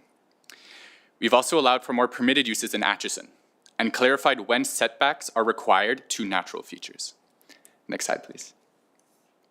During phase 2 of our engagement process, we also received a lot of positive support for changes that we were proposing that we want to highlight here. For example, residents expressed support for allowing secondary suites in more locations in the county, providing more flexible options for home-based businesses, and incorporating new and clear regulations for uses like event venues and short-term rentals that we did not have prior to this land use bylaw. Within our development community, we have also received a letter of support from NAIOP for our work in removing redundant overlays in Atchison, simplifying our parking and landscaping regulations, and broadening our definitions for use classes. We have also reduced the need for change of use permits, greatly expediting the process of locating in industrial areas like Atchison. Engagement with the agricultural community has revealed strong support for limiting the fragmentation of our prime agricultural areas. Additionally, the introduction of new agricultural use classes will offer farmers innovative opportunities to diversify and make better use of their land. Residential developers have expressed support for enabling a wider range of housing types to meet the different needs and preferences of the community. And clear development regulations along shorelines and limitations on grading and filling of wetlands has received support from watershed groups. Next slide, please. The land use bylaw will also include a county-wide map amendment. As a part of this change, a majority of properties in Parkland County will be redistricted to the closest equivalent land use district. Exceptions include those for direct control districts, existing reserve districts, and some agricultural parcels. Using this approach, we will minimize the cases of existing buildings and uses becoming legally non-conforming and ensure there is minimal to no loss of existing development rights. Redistricting applications will still be required if a landowner wishes to increase the development potential on their parcel, and notification and the public hearing process will remain unchanged. Next slide, please. An area that will see a map amendment is the county's agricultural heartland. In this area, our newly adopted municipal development plan identifies two different agricultural policy areas, the rural agricultural areas and the prime agricultural areas. Prime agricultural areas contain our highest quality soils in the county, and there is policy direction to minimize fragmentation and non-agricultural uses in these areas. So on this map that you can see on the screen, the prime agricultural areas are identified in the beige color, that yellowy color that you can see. These lands typically include existing agriculture nature conservation district in the previous land use bylaw, the agriculture restricted district in the previous land use bylaw, and some of the agricultural general parcels with these highest quality soils in line with the regional agricultural master plan. In these areas, the subdivision potential is being reduced from 4 lots per quarter section to 3 lots to quarter section. And again, this aligns with the recently passed municipal development plan, and the intention of this is to reduce the fragmentation of our best quality agricultural soils and ensure that they remain agriculturally viable for far into the future. Next slide, please. And on this map here, we can see our new county-wide land use map. Upon first glance, you'll notice that the majority of the county in that yellow color and that lighter white color is districted as country residential and agricultural uses, very similar to what you see right now. Other uses like commercial and industrial uses are concentrated in Atchison, in our major hamlets, and in very small nodes along Highway 16.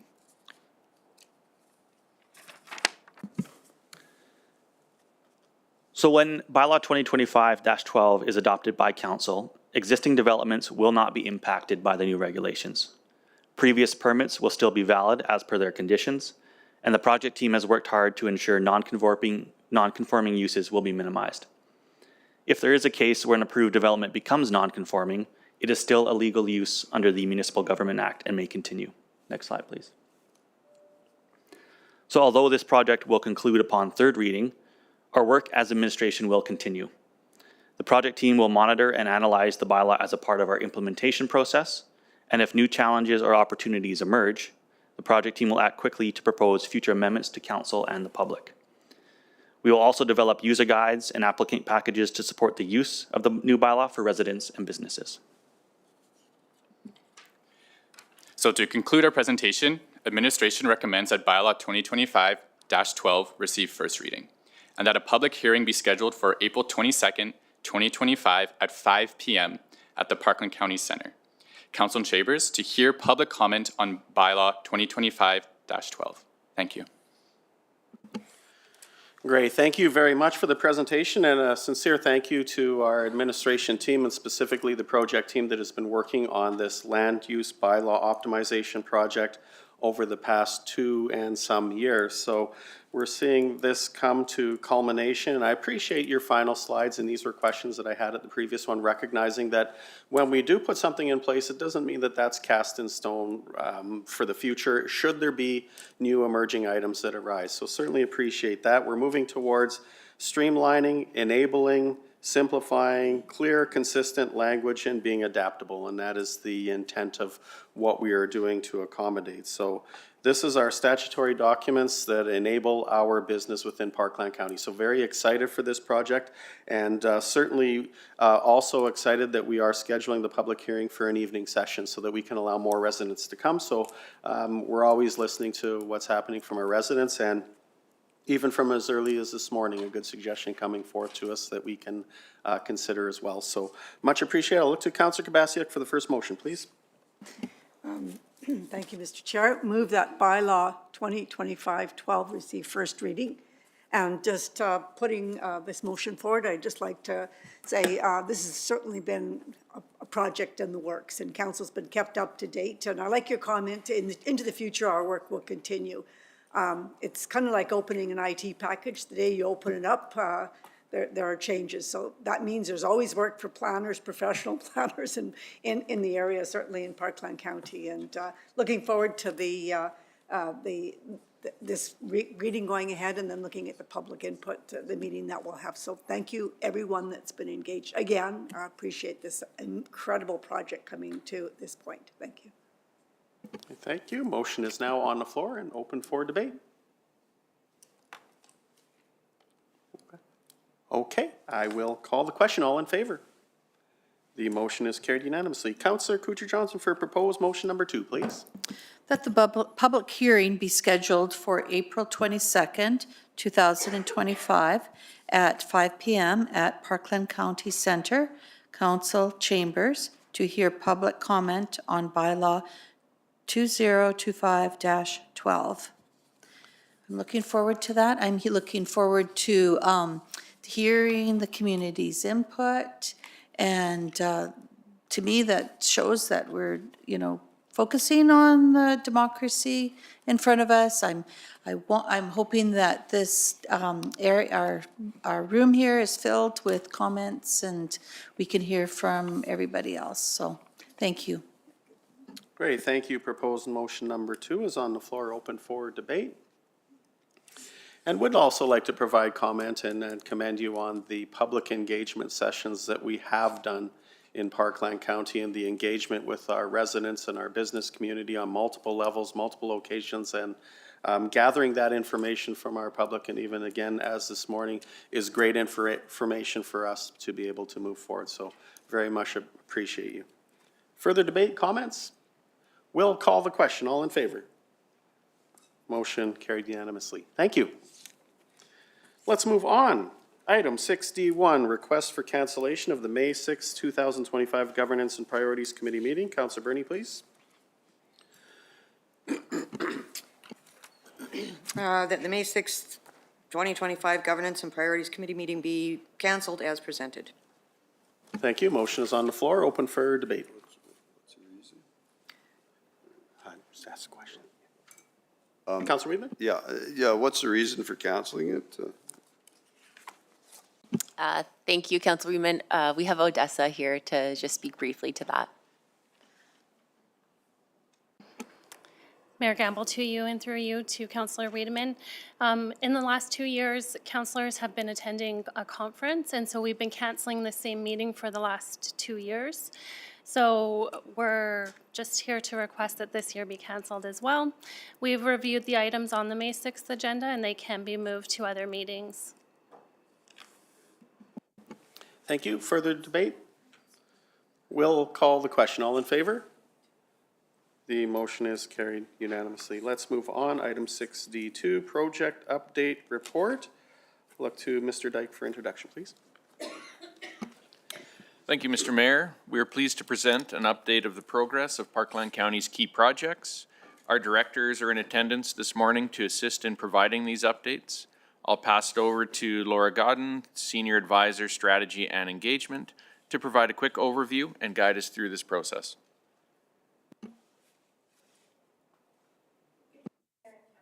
Microphone, please. Microphone, please. Thank you. I thought I got it, but I didn't. Good morning, Mayor and Council. As Mr. Dick mentioned, I will be guiding you through the project update presentation today. I'm opening the presentation with some introductory content, and then we'll hand it over to the departments for their project updates. For Council's awareness, the presentation is organized by department for ease of flow, whereas the accompanying report is organized by strategic pillar. During today's presentation, I'll introduce each department representative, following which the presenters will join me at the table to provide their updates. After the department presents their projects, we will pause for any questions from Council. And then following those questions, we will move on to the next department for their updates. Project reporting is an essential part of Parkland County's strategic planning process. It is used by administration to communicate the progress and results achieved to council and the community, as well as to improve operations by bringing support to areas of need. Effective performance monitoring is crucial for continuous improvement and ensuring alignment between strategy, action, and results. The project update report in this presentation introduces projects that will be reported on in 2025, and it also includes status updates for projects continuing from 2024. Additionally, it contains a snapshot of project progress and financial health. Next slide, please. Each of the project slides are color-coded by strategic pillar: light blue for connected communities, green for strategic economic diversification, red for respected environment and agriculture, and last but not least, dark blue for responsible leadership. As well, projects that are aligned to the priority strategy tactics identified in the strategic plan have been flagged throughout the presentation on the applicable projects. Before we get into the projects, I wanted to touch on the project health indicators. As noted in the report, project health was assessed by budget, timeline, and resources. Budget is looked at by departments to determine if the project will be completed within the budget or if there are any budget constraints. Timeline is evaluated by looking at if the project is proceeding as planned. And for resourcing, departments considered if they had the people, supplies, and materials required to complete the project successfully. And the following indicators have been used to determine the health of each component, whether the project is on hold or temporarily paused. Caution, where some obstacles have been identified and are slowing progress of the project. On track, where the project is progressing well with little to no issues, or off track, where there's significant obstacles blocking progress. Lastly, before I hand it over to the departments, I'd like to say that overall, project progress remains strong. Most of the key projects are on track and progressing, and where needed, measures have been put in place to address project challenges and to bring the projects back to good project health. Of note, 5 projects are in the planning phase. 1 project is on hold. 1 project is off track for budget with a plan to bring it back on track. And 4 projects are in caution status for timelines. And without further ado, I will hand it over to Krista Quinnell, our Director of Agriculture and Environment Services, to present her projects. Thank you. All right, so 3 projects to talk about today. The first one is our Nature Policy Framework Development Project. So this project is to develop a nature policy framework that supports the new municipal development plan with a special focus on environmentally significant areas conservation. Throughout Q3 of 2024, work was focused on really supporting the MDP and the land use bylaw updates to ensure flow into this policy framework. In Q4 2024, as well as Q1 2025, the actual framework document has been drafted, as well as several associated policies. We're now working internally to review those drafts to ensure alignment with all of our county documents, as well as council direction. And the framework will really act as that guiding document for the conservation of the important natural features and functions in the county, as well as summarize the proposed policies to support that environmental stewardship. In the draft framework, we have a number of sections, including background, context, strategy with the goals and principles that we've been working on over the last year, a summary of our intended policy changes, as well as key pieces for applying the framework in real time. So some of the major things that we've talked about in terms of using conservation tools to enable development that still protects or uses a nature positive approach, as well as a small implementation section that will talk about how the document can be implemented over time. So the policies as part of this project are looking at 3 that really support the work. So 1 around ESAs, or environmentally significant areas protection, 1 to speak around protected natural areas, and then 1 as well around innovative conservation approaches and how to enable that. So the individual council policies, as well as the framework as a whole, are slated to come to council at the end of April. Next slide. So the second project I'm here to talk about is the completion of our natural asset inventory, condition assessment, and ecosystem service valuation project. This project was entirely funded by the provincial WRRP program. So since the last update in October, the consultants have been working on completing the inventory and valuation, and I am excited to share that a draft report will be presented to Council in April.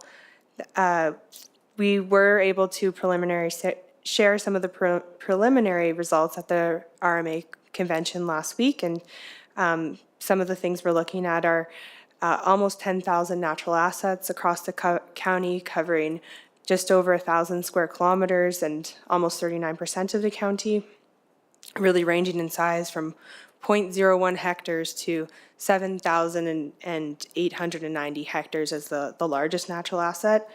And in terms of the quantification piece, we were able to quantify 6 ecosystem services, which is a small list, but even with that, they were valued at around $4 billion for the county. So some exciting stuff that we'll be able to share with you on this project in April.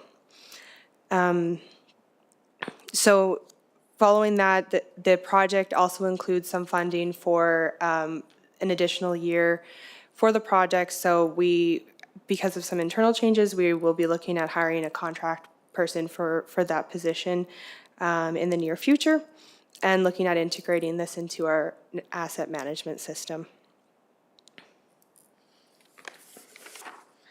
And then the final project to speak to is just in its early planning stages. So we are working on agricultural impact assessment guidelines, and this is to establish clear and consistent requirements for what an agricultural impact assessment would contain in Parkland County. It's really a technical report to ensure that there is minimal impact on prime agricultural lands when certain developments are looking to, unrelated to agriculture, I should say, developments are looking to go in those areas. So this project will really help administration have clearer guidelines and understanding to support development in the county. Again, we're just in the planning phases, so we're working on finalizing the scope in order to begin procurement of consultants to complete those guidelines. And as part of the process, we've been looking into existing AIA requirements in similar municipalities or jurisdictions, as well as provincial requirements and regulations around the same. So stay tuned for more on that project throughout the year. Thank you. Great, thank you, Ms. Connell. Any questions or comments from council? Councilor Bernie? Thank you, Ms. Cornell, for that. I was, Councilors Kowalski and Kabasiak, and I were at your presentation, of course, at the RMA. Really remarkable numbers coming out of there. I'm really pleased that Parkland County took the lead on this, and along with the consultants that you had there with you, there was other jurisdictions that are interested in this, so I think that there's more to come on this. You've really done some great work on this, so I really look forward to seeing the report when it comes forward. Thank you for all your work on that, you and your department. Councilor Kowalski? Thank you, Mr. Mayor. Councilor Bernie stole almost all my words, other than it really is an exciting study that you've done to understand the beauty of Parkland County, but the assets that we have that up until now have been intangible. So to navigate through that process of saying, well, what is an ecosystem service? What is it worth? Is phenomenal. And I'm really excited when all of our public gets to understand just the mechanics of that and the value across the county. So kudos is a fantastic work. So congratulations for all of us. Any questions from council members? No, seeing none. Thank you so much, appreciate it.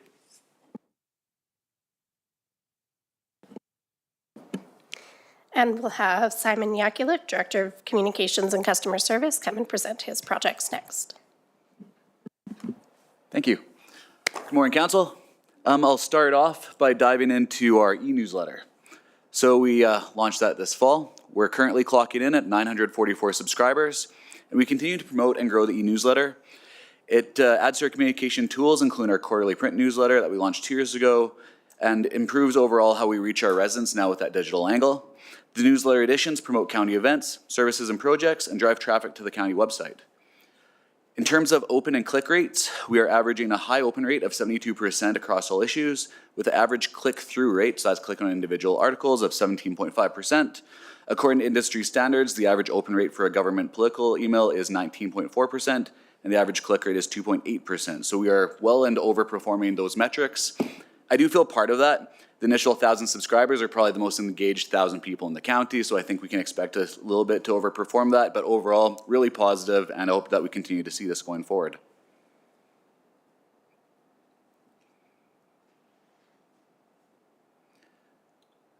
Next project is our advertising bylaw. So successfully drafted, the bylaw was passed in the fall.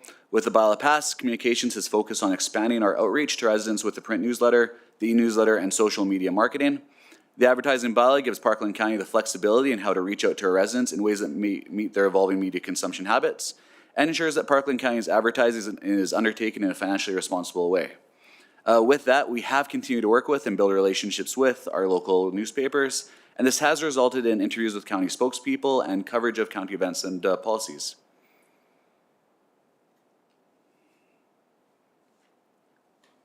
So the Parkland Portal project is the next step in our website upgrade. So we have been working with TDS and other departments in the next step of upgrading our website functionality to better serve our residents and businesses. So at the current state, we have a number of widgets set up, including a snowplow and waste collection widget that will help to complete information to residents, such as a dashboard view that will show where snowplows have been going in the county. We think this is going to be very useful next winter. This helps with customer service when people call in and ask where the snowplows are at and what they're clearing. This will also be integrated with things such as Planet Parkland and our future tax notification system. Currently, we're working with TDS on the timing and implementation of the single sign-on features with other third-party applications, and mindful of how we can ensure that future county applications will also integrate smoothly into the upgrade website. The final completion date is pending work with TDS and third-party applications. We'll then be following this with user testing and then communications roll out to residents. I'd like to note here how much our team has appreciated the direction we got from speaking to residents and councils at the start of the term. I think the public site has come a really far way since then.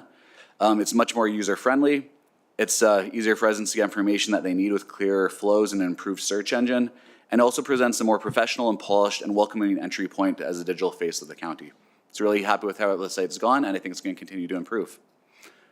Finally, I'd just like to thank my team for all their hard work with all these projects and bringing them to the state we have them today. That's all. Great, thank you, and thank you to you and your team for the stake of the region. It went over very well, and our video was top-notch and well-received in the community and within the region. And we did have an opportunity to send it to Miss Lila Hoofsloot, and she was overwhelmed with the tribute to Alan and wanted to thank all of those who truly cared for him. So I wanted to pass that on. Thank you. Questions from council? You're off the hook. Oh, you almost made it. Just want to make one comment. I did get some communication from a couple of residents just before Christmas in regards to a higher focus and a more visibility and promotion of positive events in the county. And I've had a chance to forward some of that information and have had really good feedback. That emphasis and those efforts are being acknowledged, and people are really pleased to see that and really proud of what's happening in Parkland County. So thank you for your work there with your staff. Thank you. Great, thank you. Anything further? Councilor Kucher-Johnson? I'm going to look forward to that snowplow map. I know that with Parkland School Division, they would show where the school buses were, and then in Edmonton, they would show where the transit buses are. So I'm looking forward to that. That'll be a good tool. Thanks. Great, thank you. Appreciate it. Next up, we have Jody Hancock, our Director of Engineering Services, to present his projects.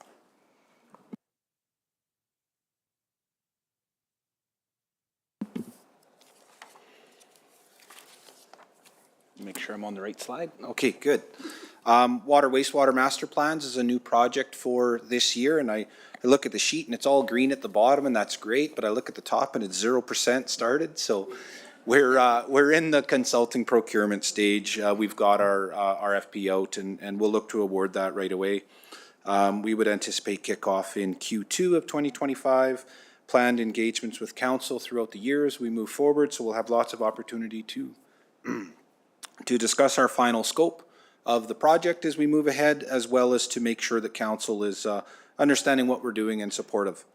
Again, these two plans, there'll be two documents, but they'll be done at the same time, is long-term system planning for existing and future water and wastewater servicing across the county. So it's like a 40 to 50-year plan of what are we doing with the water, where do we want to put it, where do we want to grow it, where do we want to use and maximize and leverage these assets. Next slide. The Atchison intersection improvements have been going on, I feel like about 17 years, but maybe it's been a year and a half. I think in 18 months, we've been able to deliver a pretty substantial project. The signals at the intersection, again, I say 97% execution. The signals were operational at the end of January 2025, which was a huge milestone for us. That meant that the asset or the intersections were in a functioning state where we were reaching construction completion. We have remaining activities that include an ATCO gas line crossing that is still incomplete.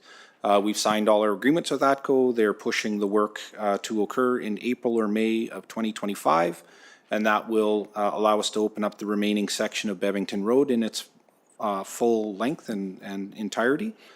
We also have some final landscaping and seeding and site cleanup that will occur. Again, a little bit of drainage things that we'll have to clean up with erosion over the winter that's typical. The current growth activity that's occurring as part of this project, again, it's not related to the project itself, but the project was done to spur on industrial growth in Atchison. We're currently looking at files and applications and submissions in and around the 200 acres, about 200 acres of industrial development that's directly related and connected to these. And that works out to at $700,000 an acre, $140 million worth of industrial land that will be brought on.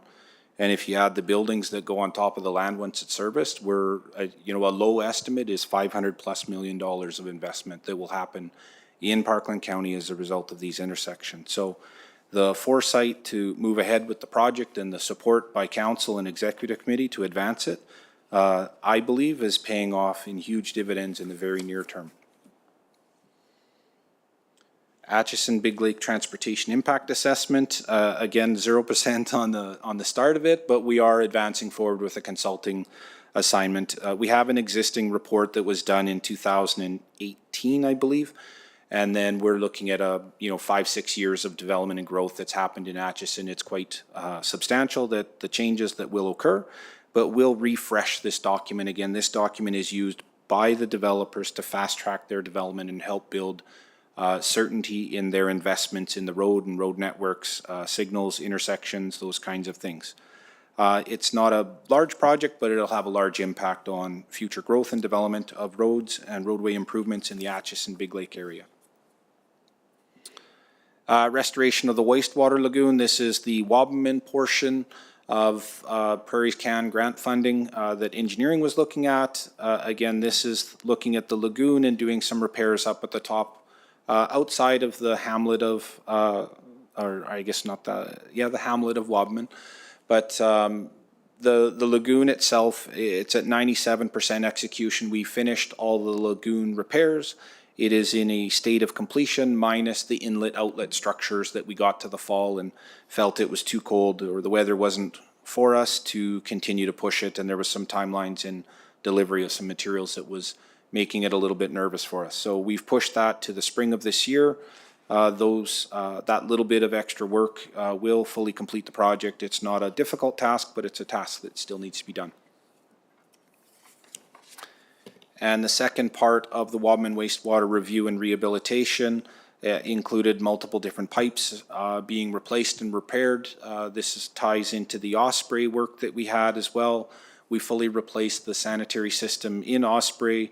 And in doing that work, we also identified that we had some water line issues in the area that we are looking at replacing the water line and doing substantive repairs to the system so that it's good for the long term.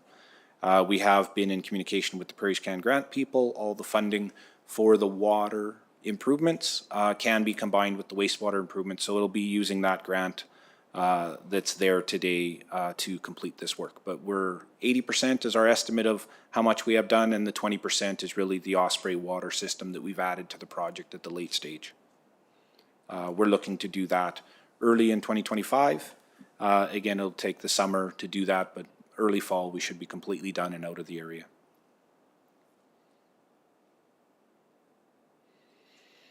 Thank you, Mr. Hancock. Any questions from council?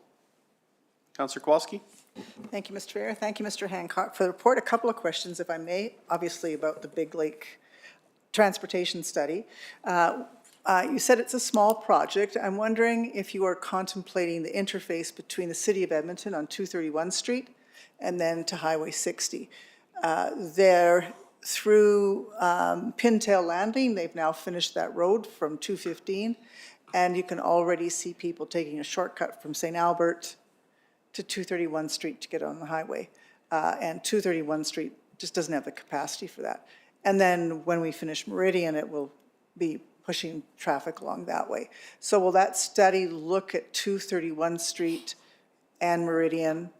And then secondly, in the early part of our term, we had a landowner who had proposed an urban village. Will you in the wastewater and water plan look at the possibility of supporting that in the next 30-year infrastructure proposals? Thank you. So I'll answer the first question. I said small project, but it's small compared to some of the things dollar-wise with big impact. So the review that we'll do on the road network will include Highway 628, Highway 16A, Highway 16, Highway 60. It'll include growth and growth projections in Spruce Grove and Stony Plain that will travel through the Atchison area, flowing into Edmonton and vice versa from Edmonton to the west. Includes good movement corridor reviews. There's a system that we'll work with the province on called an EMI model, which is a transportation model. I don't know, you can see cars moving around and how they move through every intersection. I think we have 137 intersections that we'll review and do detailed analysis on, including every intersection in Big Lake, every intersection in Atchison. It'll include a very comprehensive traffic count program that will have current counting of every intersection. So those 130 some intersections, we will count every single one of them, or rely on count data that's been recently done in a report. So if a consultant submitted a report last year, we'll grab that information and extrapolate it up to a 2025 number. But we will include all the major corridors, all the major roads, all the major connections to the highways. We will include certain roads that are through roads that, like Meridian Avenue, and what does that look like, even though it doesn't exist today. What we look at a time horizon of today, 10 years from now, 20 years from now, 40 years from now. So we do a short, medium, long-term assessment and analysis. 231 Street will absolutely be included in that, and we'll have information from Edmonton and their growth plan of what they're doing and what that growth looks like. So again, combining all of these transportation studies into one master agreement, and that gives us some real secure decision-making ability for what is happening today in the Atchison area, as well as what could happen should the development proceed the way we think it's going to proceed. Okay. Your second question was related to the water and wastewater. I don't think that we'll be getting that deep in that study. Again, what we'll be identifying, particularly in the Big Lake area, is there water? Is it functioning the way that it is? Is there a strategy for the water to improve? If we want to get into smaller lot development or larger scale development or alternative development, like some kind of commercial entities in that Big Lake area, that would be a separate kind of more focused area. We do have a Big Lake and Atchison water study and a wastewater study. We would look at tweaking those plans. The water wastewater master plan is looking at aero utilities and how are we connecting and where are we connecting from, Capital Region and wild water systems, how are we using and leveraging our allocations to those, making sure that we're planning water systems for future Meridian or future maybe growth areas, growth nodes west of Stony Plain as you travel all the way out to Entwistle. And should there be other areas, an area that we'll look at might be of interest to Councillor Kuchar-Johnson is, should we bring water into the southeast area of the county? Is that a strategic, long-term plan that we want to push? Thank you. Councillor Bernie? And speaking of that, given that Enoch just received I believe it was a $50 million or $100 million funding for water, and connecting those lines, I would assume that would be taken into consideration. That would be my first question. Might be worth it then. I don't know if it connects to it or not, in the future, in 10, 20, 40 years. And then my second question would be, you said that you're going out west, so you would consider also as well looking at the traffic and water assessments out toward Trestle Creek and any kind of growth that's going on there, Lake Isle, on the south side of Lake, or, east side of Lake Isle, anywhere. You'd be looking at proposed and future growth that way. To the last part, yeah, Wild Water Line already is on the doorstep of Trestle Creek. They are able to connect at any point in time that they want to. It's there, it's ready, it's available now. So what we would be making sure that if they do connect, what's their water usage and what water allocation do we have left for everybody else? And we have a brand new connection that we've worked with the Sunset Shores Group on the south shore of Lake Isle.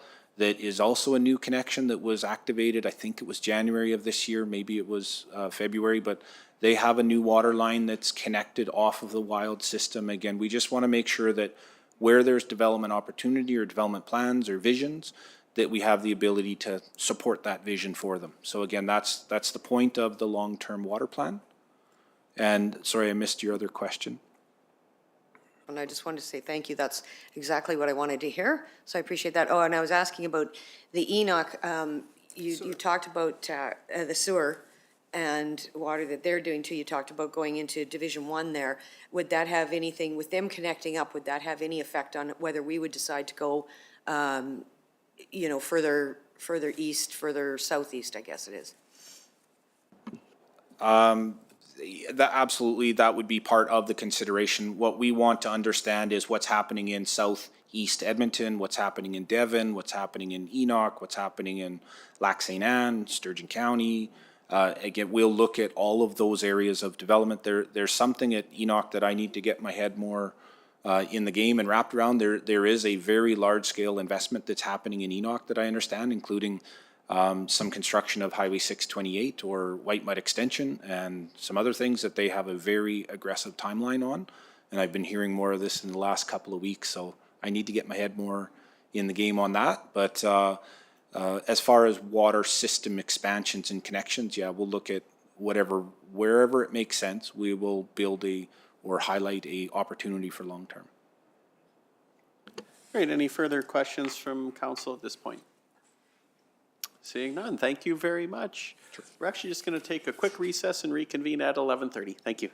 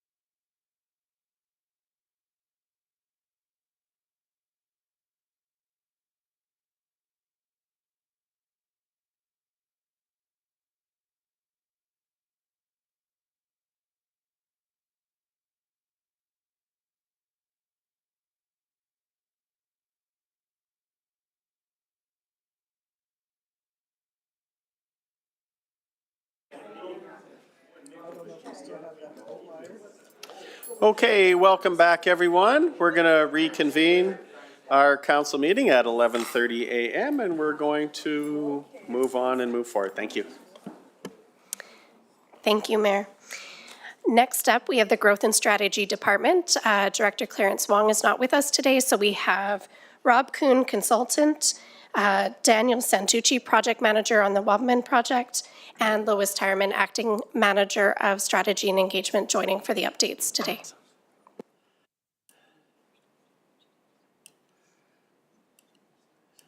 Good morning and welcome.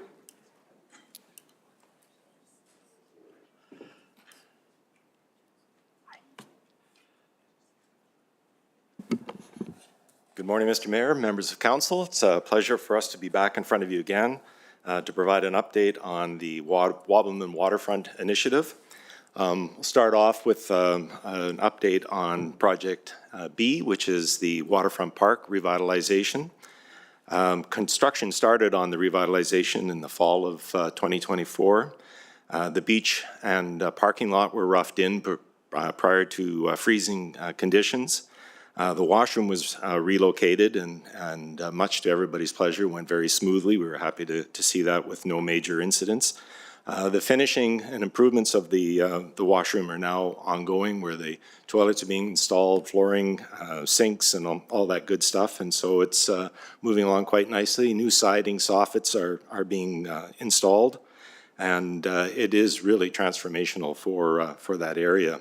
The structural steel has gone up for the shade structure, and they were actually going to start roofing 2 weeks ago, but if you remember, we had that nasty weather come through and it was particularly windy down at Waterfront Park, and so they've gone back, and I believe they're starting this week or something close to that.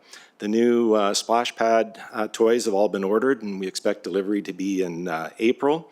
And we are gearing up for our seasonal work. The contractor is ready to go, and that includes the concrete plaza, lighting, landscaping, the splash pad being resurfaced, the shade structure being resurfaced, playground updating, final grade and resurfacing, paving to be done, security cameras, lots of security cameras are being installed, and fencing. And that project right now is on budget and on schedule. Project A is the complex swim pond and marina. The construction manager is now in place. That's Shando's Construction, and it's a process that Mr. Santucci, to my right, has been helping guide us through, bringing in a contractor to actually work on the constructability and budgeting for the project, something that I know we've been speaking with council about before. The constructability and costing is about at 70% design.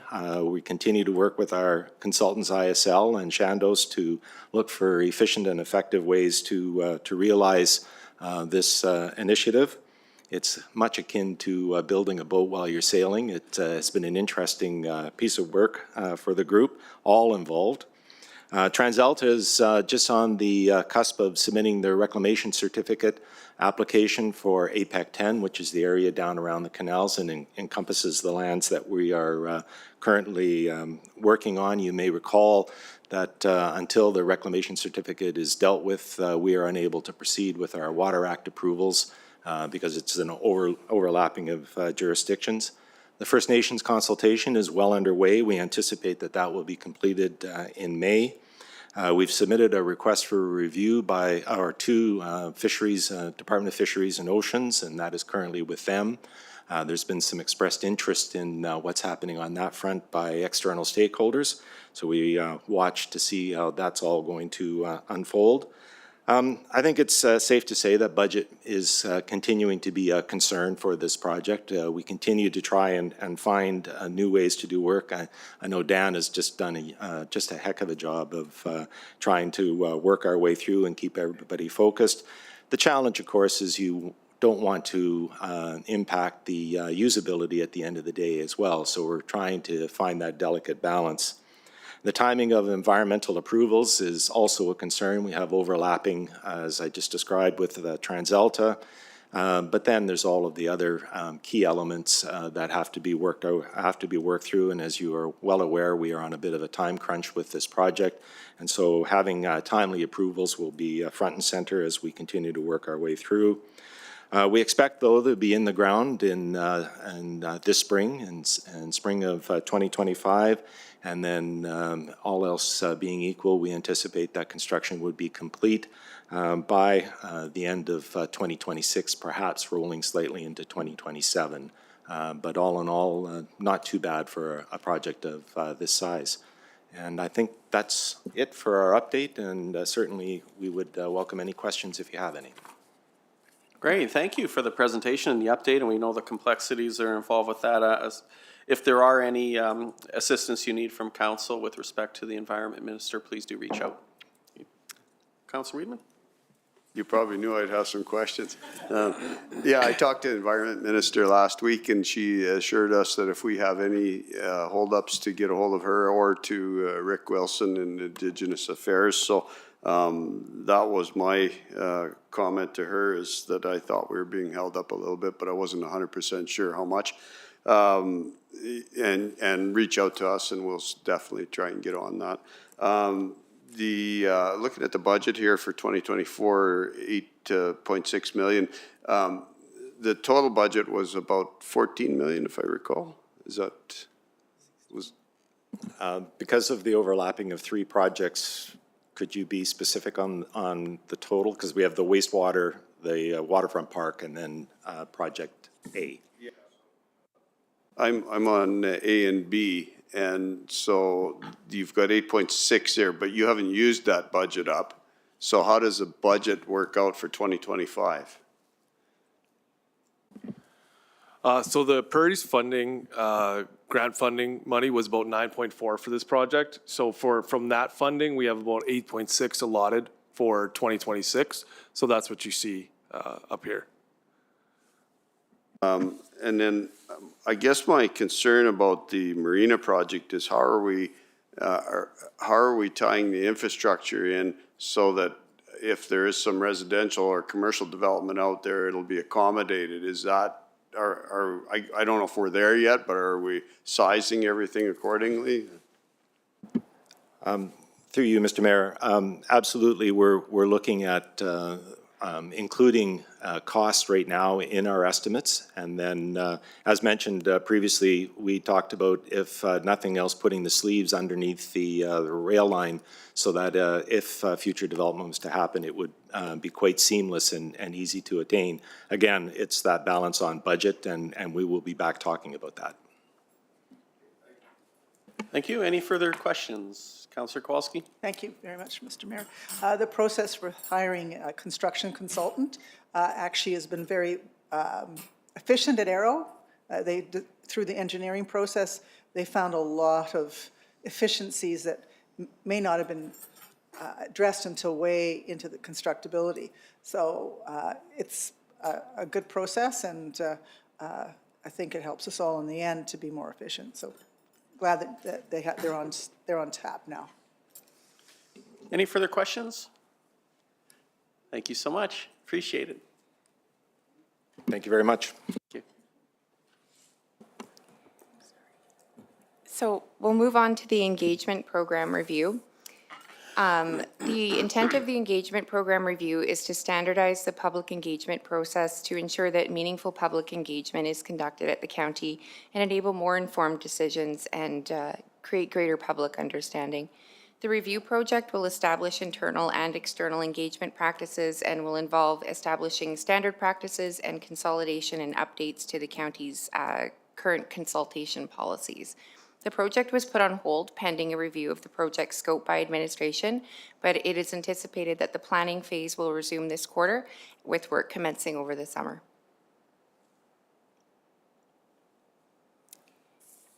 And the governing data or document data repository, this will be a new tool to enhance the way that governance documents are tracked and managed at the county.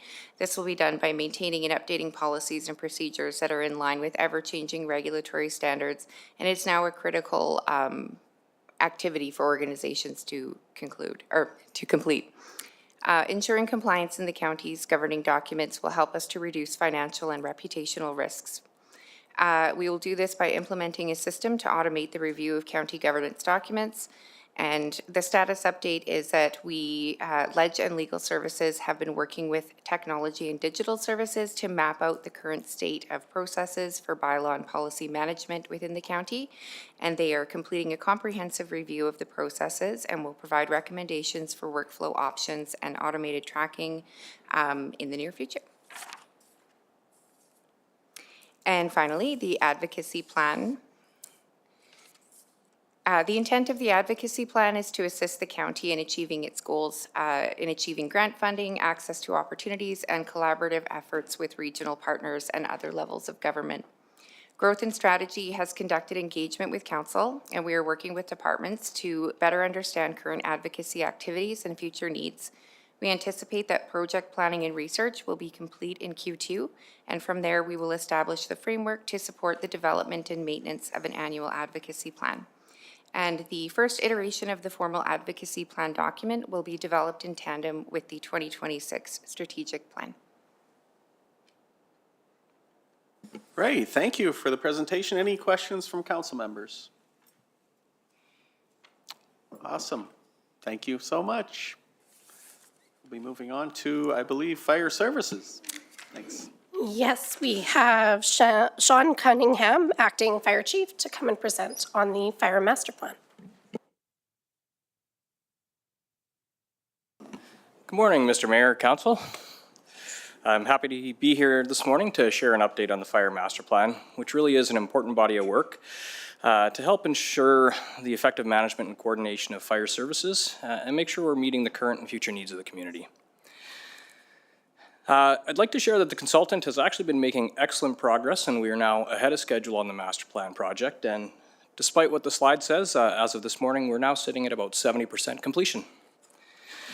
We have received a final draft of the community risk assessment, which gives us a comprehensive analysis of the unique risks and challenges within Parkland County. And we are expecting to receive the first draft of the master plan itself later this week. These documents will enable us to really identify areas for improvement and the effective resource or the allocation of resources.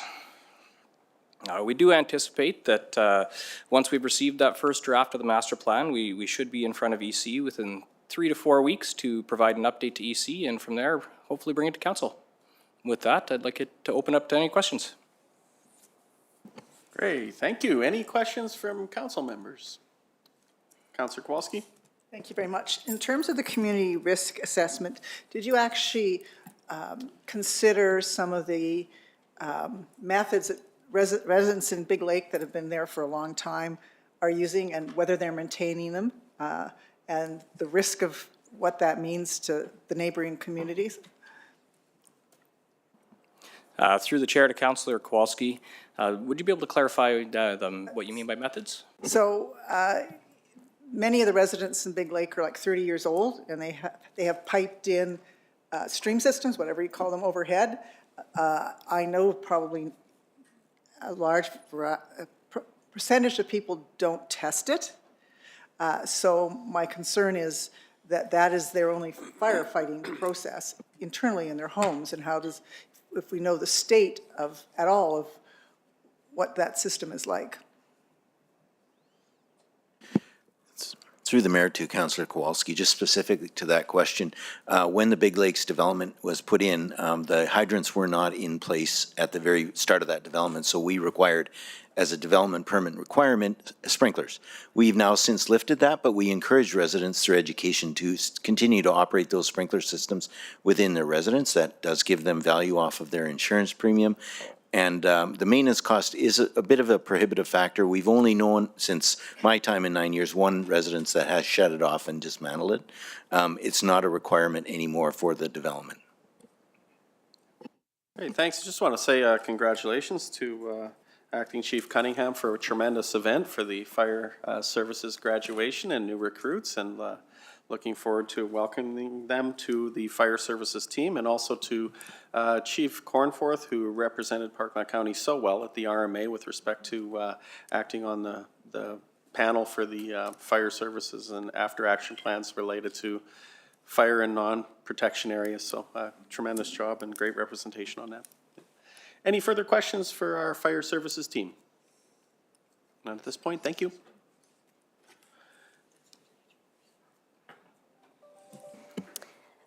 Next up, we have April Galais, Manager of Subdivision and Planning Coordination for the Planning and Development Services Project updates.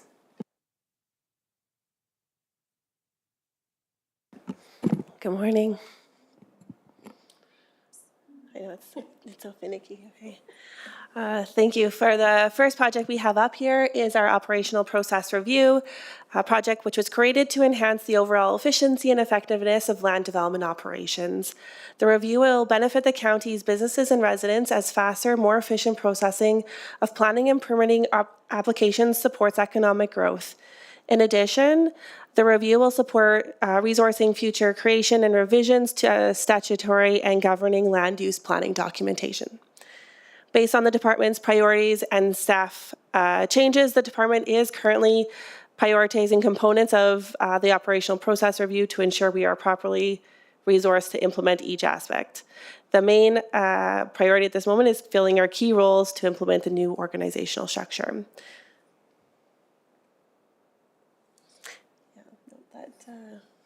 Didn't quite work the way I wanted to. The Municipal Development Plan project. So the Municipal Development Plan is Parkland County's long-term plan for growth and development, and it provides direction on how land use or how land is used, where services go, and how communities expand. To keep up with the evolving needs of the county and its residents, the MDP is regularly reviewed and updated.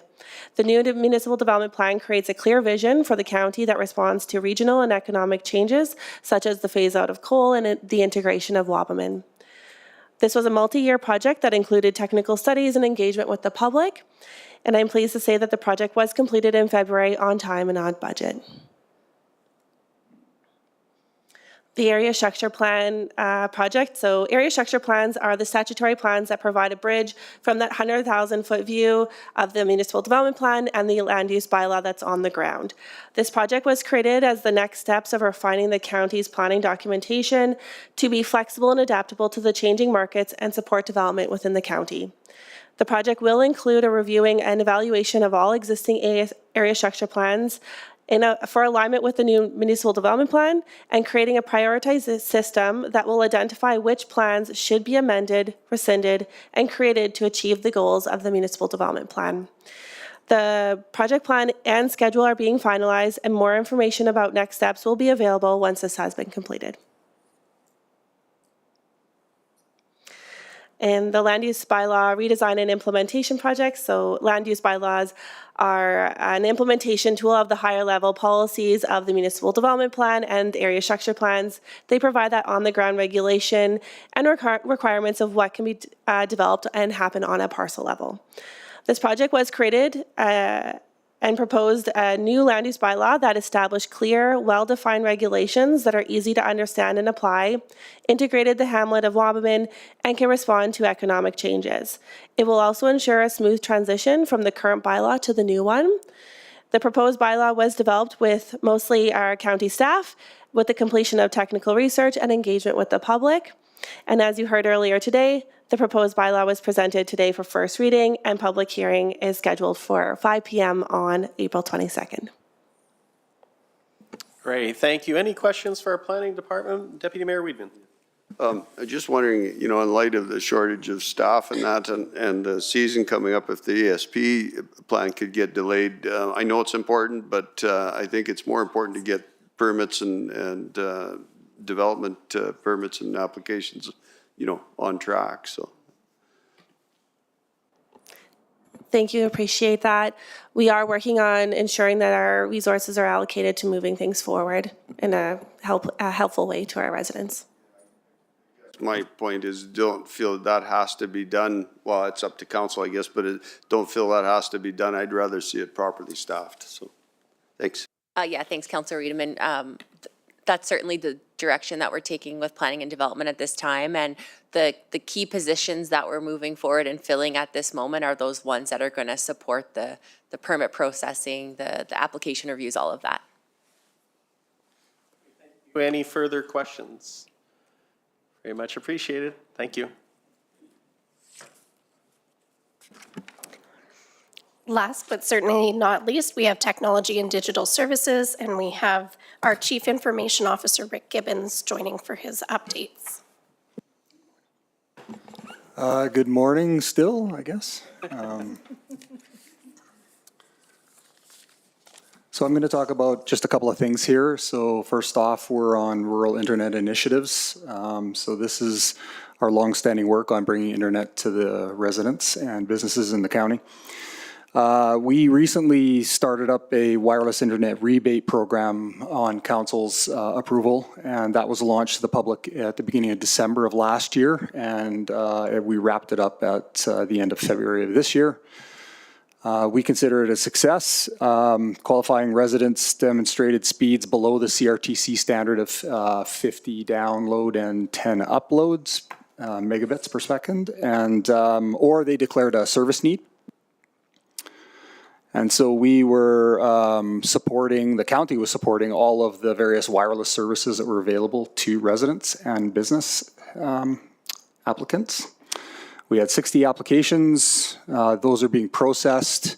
I was talking to Councillor Kowalski, just at the break here, and we are still having some a little bit of the delay on some of the reimbursements, but things are processing relatively smoothly. I could also tell you about the broadband strategy review work that we're doing in this program, and we did make a new application to the Universal Broadband Fund in the fall of this past year.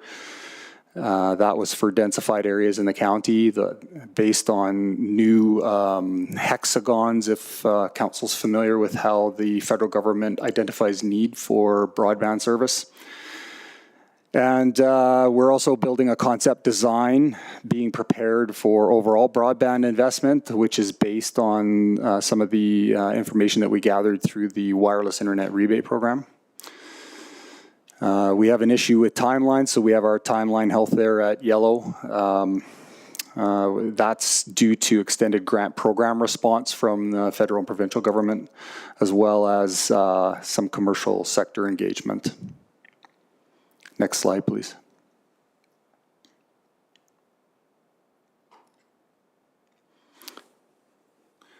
I guess I have to choose my own slide as well for my notes. So this is the IT optimization playbook. We've undertaken a lot of transformation in the past year, again with council's and administration's support. Our recruitment continues to fill some of our identified roles, skill gaps related to advanced technologies, so things like AI and analytics, as well as our professional practices like cybersecurity and change management.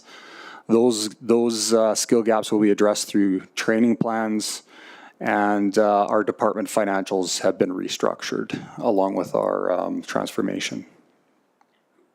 That's everything I have, so open to council for questions. Great, thank you for the presentation. Any questions? Councillor Bernie? I don't have questions on your presentation, thank you. Just one other to CEO Swain. Are there no projects going on in human resources?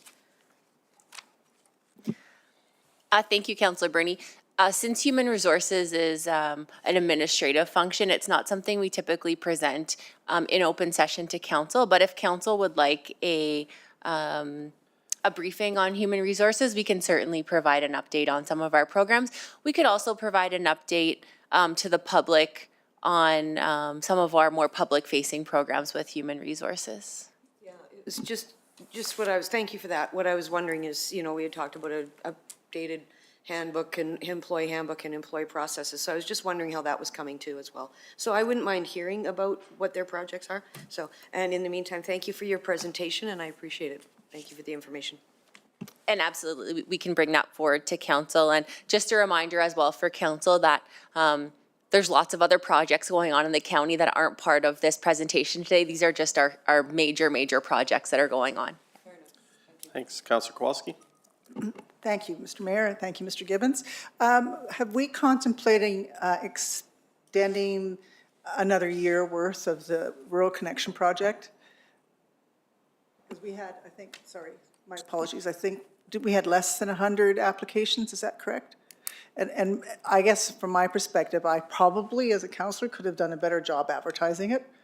I think lots of people just weren't aware, and, you know, I don't know what else you do other than phone them, but I think there may be more people interested now that they're starting. A few people have used the program, and now they're talking about it, particularly on Facebook. Would we consider having an extension for the next year? Thank you, Councillor, and through the chair to you. Indeed, that's part of the end of the program, so we will be presenting a program wrap-up or briefing.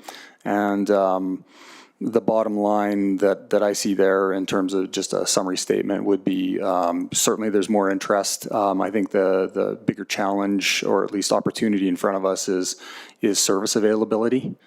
Presently, Starlink shows no service available across the county, so you end up on a waiting list, and that is some of the delay behind processing applications. But I did want to mention, we also did work pretty closely with communications, and they did a great job getting the message out. So it went out in various formats, and multiple times. So as you suggested, certainly we can consider, a bigger push and more frequent push in terms of the messaging. Great, thank you. Any further questions? Thank you. Appreciate it. Thank you, Mayor and Council. That concludes our project update presentation, and for your awareness, we'll be back in front of you in May with the next project update. Great, thank you, much appreciated. We'll now move to the motion. I believe we're at Councillor Kowalski, please. Sorry. So excited about being through the end of the agenda. That Council accept the report on project updates as presented. Thank you. Thank you. Motion is before us, open for debate. We'll call the question. All in favor? The motion is carried unanimously. Thank you. Let's move on to item 6F1, request for decision, Parkland Pickleheads, Picklehead Club, PPPC. I'll turn it over to Mr. Cornforth, please. Thank you, Mr. Mayor. I'd like to introduce Brandon Sidhu, Interim Director for Community Services. He's joined us to present the Parkland Pickleheads Pickleball Club request for funding and answer any questions council may have. Welcome, Brandon. Thank you, Council. As mentioned, Pickleball or Pickleheads presented on November 12th, 2014 for support with Parkland County in the terms of funding their capital project of $300,000. At this time, administration does not recommend funding the Pickleheads facility for $300,000 as this is privately operated on private land. Currently, Parkland County's major capital share funding policy highlights a few concerns with the project. The first being the financial forecast remains unclear when it comes to operating costs, life cycle plans, and if membership revenue can support the operation of the new facility. Competing against a duplication of similar type of programs in the region. Uncertain how big the need is right now for Parkland County residents. And then with a little background, Parkland County residents are currently accessing our current community leagues for pickleball opportunities. These groups are looking to increase these types of offerings for the residents at a lower cost. Parkland County Community Services has just recently also launched a pickleball drop-in at Keep Hills Gymnasiums. And Stony Plains' new recreation facility is under construction, which will offer pickleball courts to residents. Administration will be looking to review and update the major capital cost-sharing funding policy so future requests for groups can be achievable.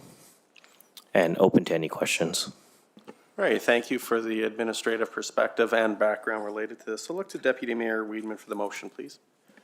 The motion is that council approve Parkland Pickleheads Pickleball Club funding request for facility development in the amount of $300,000.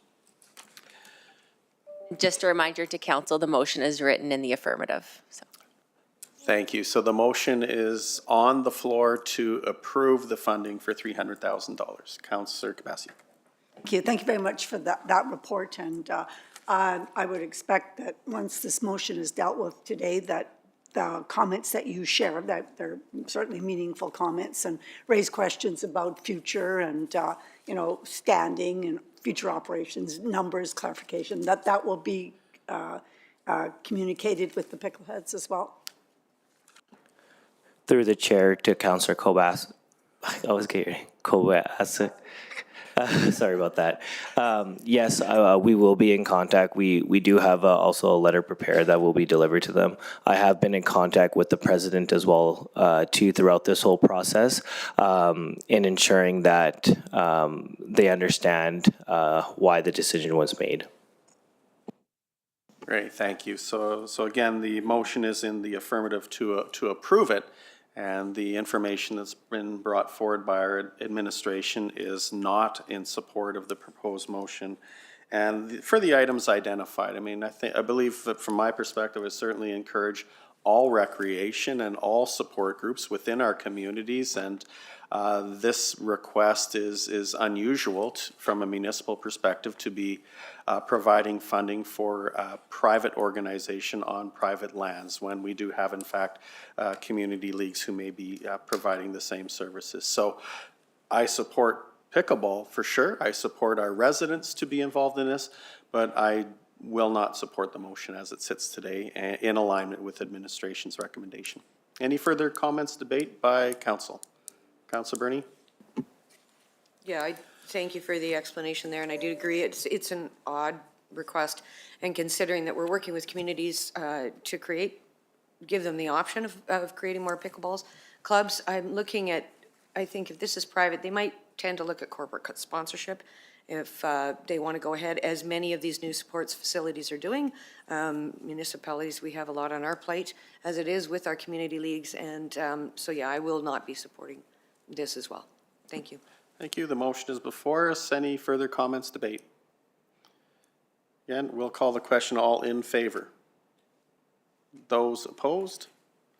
The motion is defeated unanimously. Thank you. Okay, and thank you for the presentation. Appreciate it. Let's move on. Item 7.1. I'll look to, where are we here? Councillor Kabasiak, please. Okay, Mr. Chair, I move that the following proclamations for April 2025 be received for information. Pitch in Canada Week, Earth Day, National Volunteer Week, International Day of Mourning. Thank you. Motion on the floor, open for debate. We'll call the question. All in favor? Motion is carried unanimously. Item 7.2, Rural Municipalities of Alberta Newsletter Update. Councillor Couture-Johnson, please. That the Rural Municipalities of Alberta newsletter be received for information. Motion is on the floor, open for debate. We'll call the question. All in favor? Motion carried unanimously. Item 7.3, Federation of Canadian Municipalities Update. Councillor Bernie. That the Federation of Canadian Municipalities update be received for information as presented. Motion is on the floor, open for debate.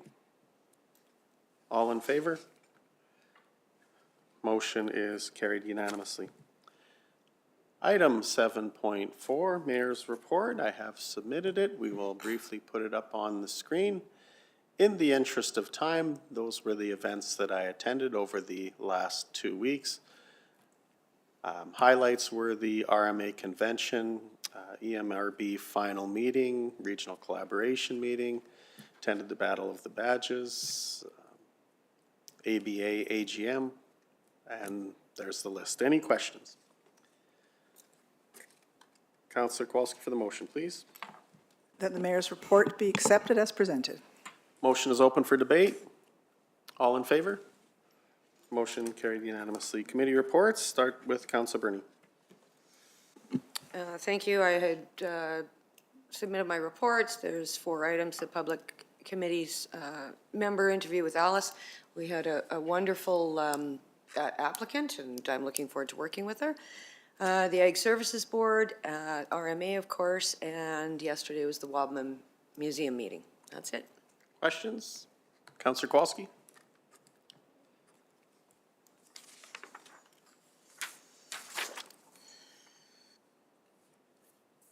Thank you. I'm excited for lunch, sorry. very similar items to the mayor and Councilor Bernie. One event that I kind of would like to highlight is I was invited by party planners in Atchison to a dinner. I sat with Mayor Choi and, of all things, a former business owner from Barhead who revitalized the neighborhood inn, so that was a very exciting event.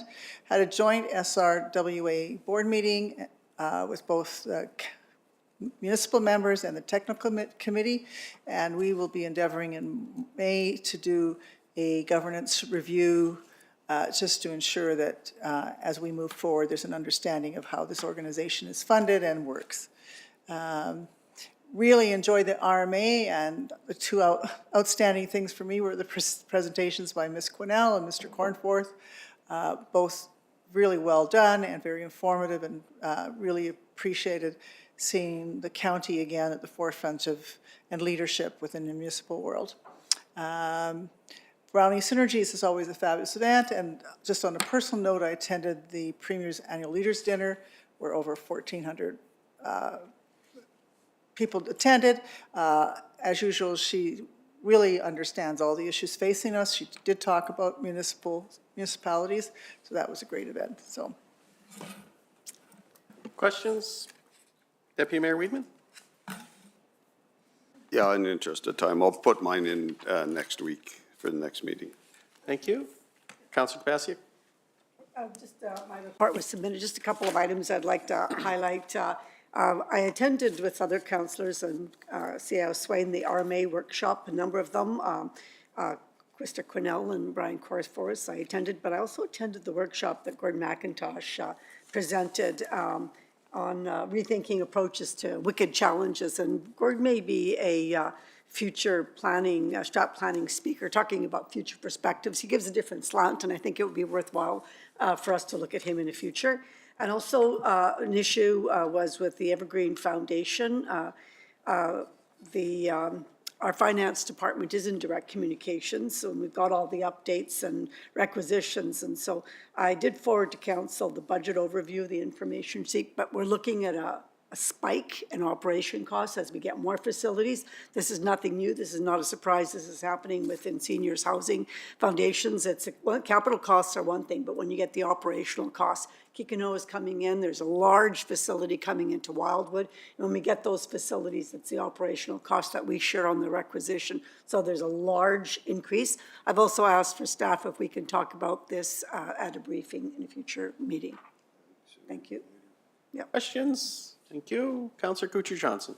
Yeah, so you can see there's the list there: fire service graduating class, special council land use bylaw briefing, Tri-Leisure Center board meeting, the RMA, Parkland County Library Board meeting, Brown Lee Synergize and River Valley Alliance Board meeting, and the Tri-Region State of Region. Thank you. Any questions? I will move that the committee reports be received for information as presented, and the motion is on the floor, open for debate. We'll call the question. All in favor? The motion is carried unanimously, and that brings us to the end of our agenda, and I will adjourn our meeting at 12:08 p.m. Thank you.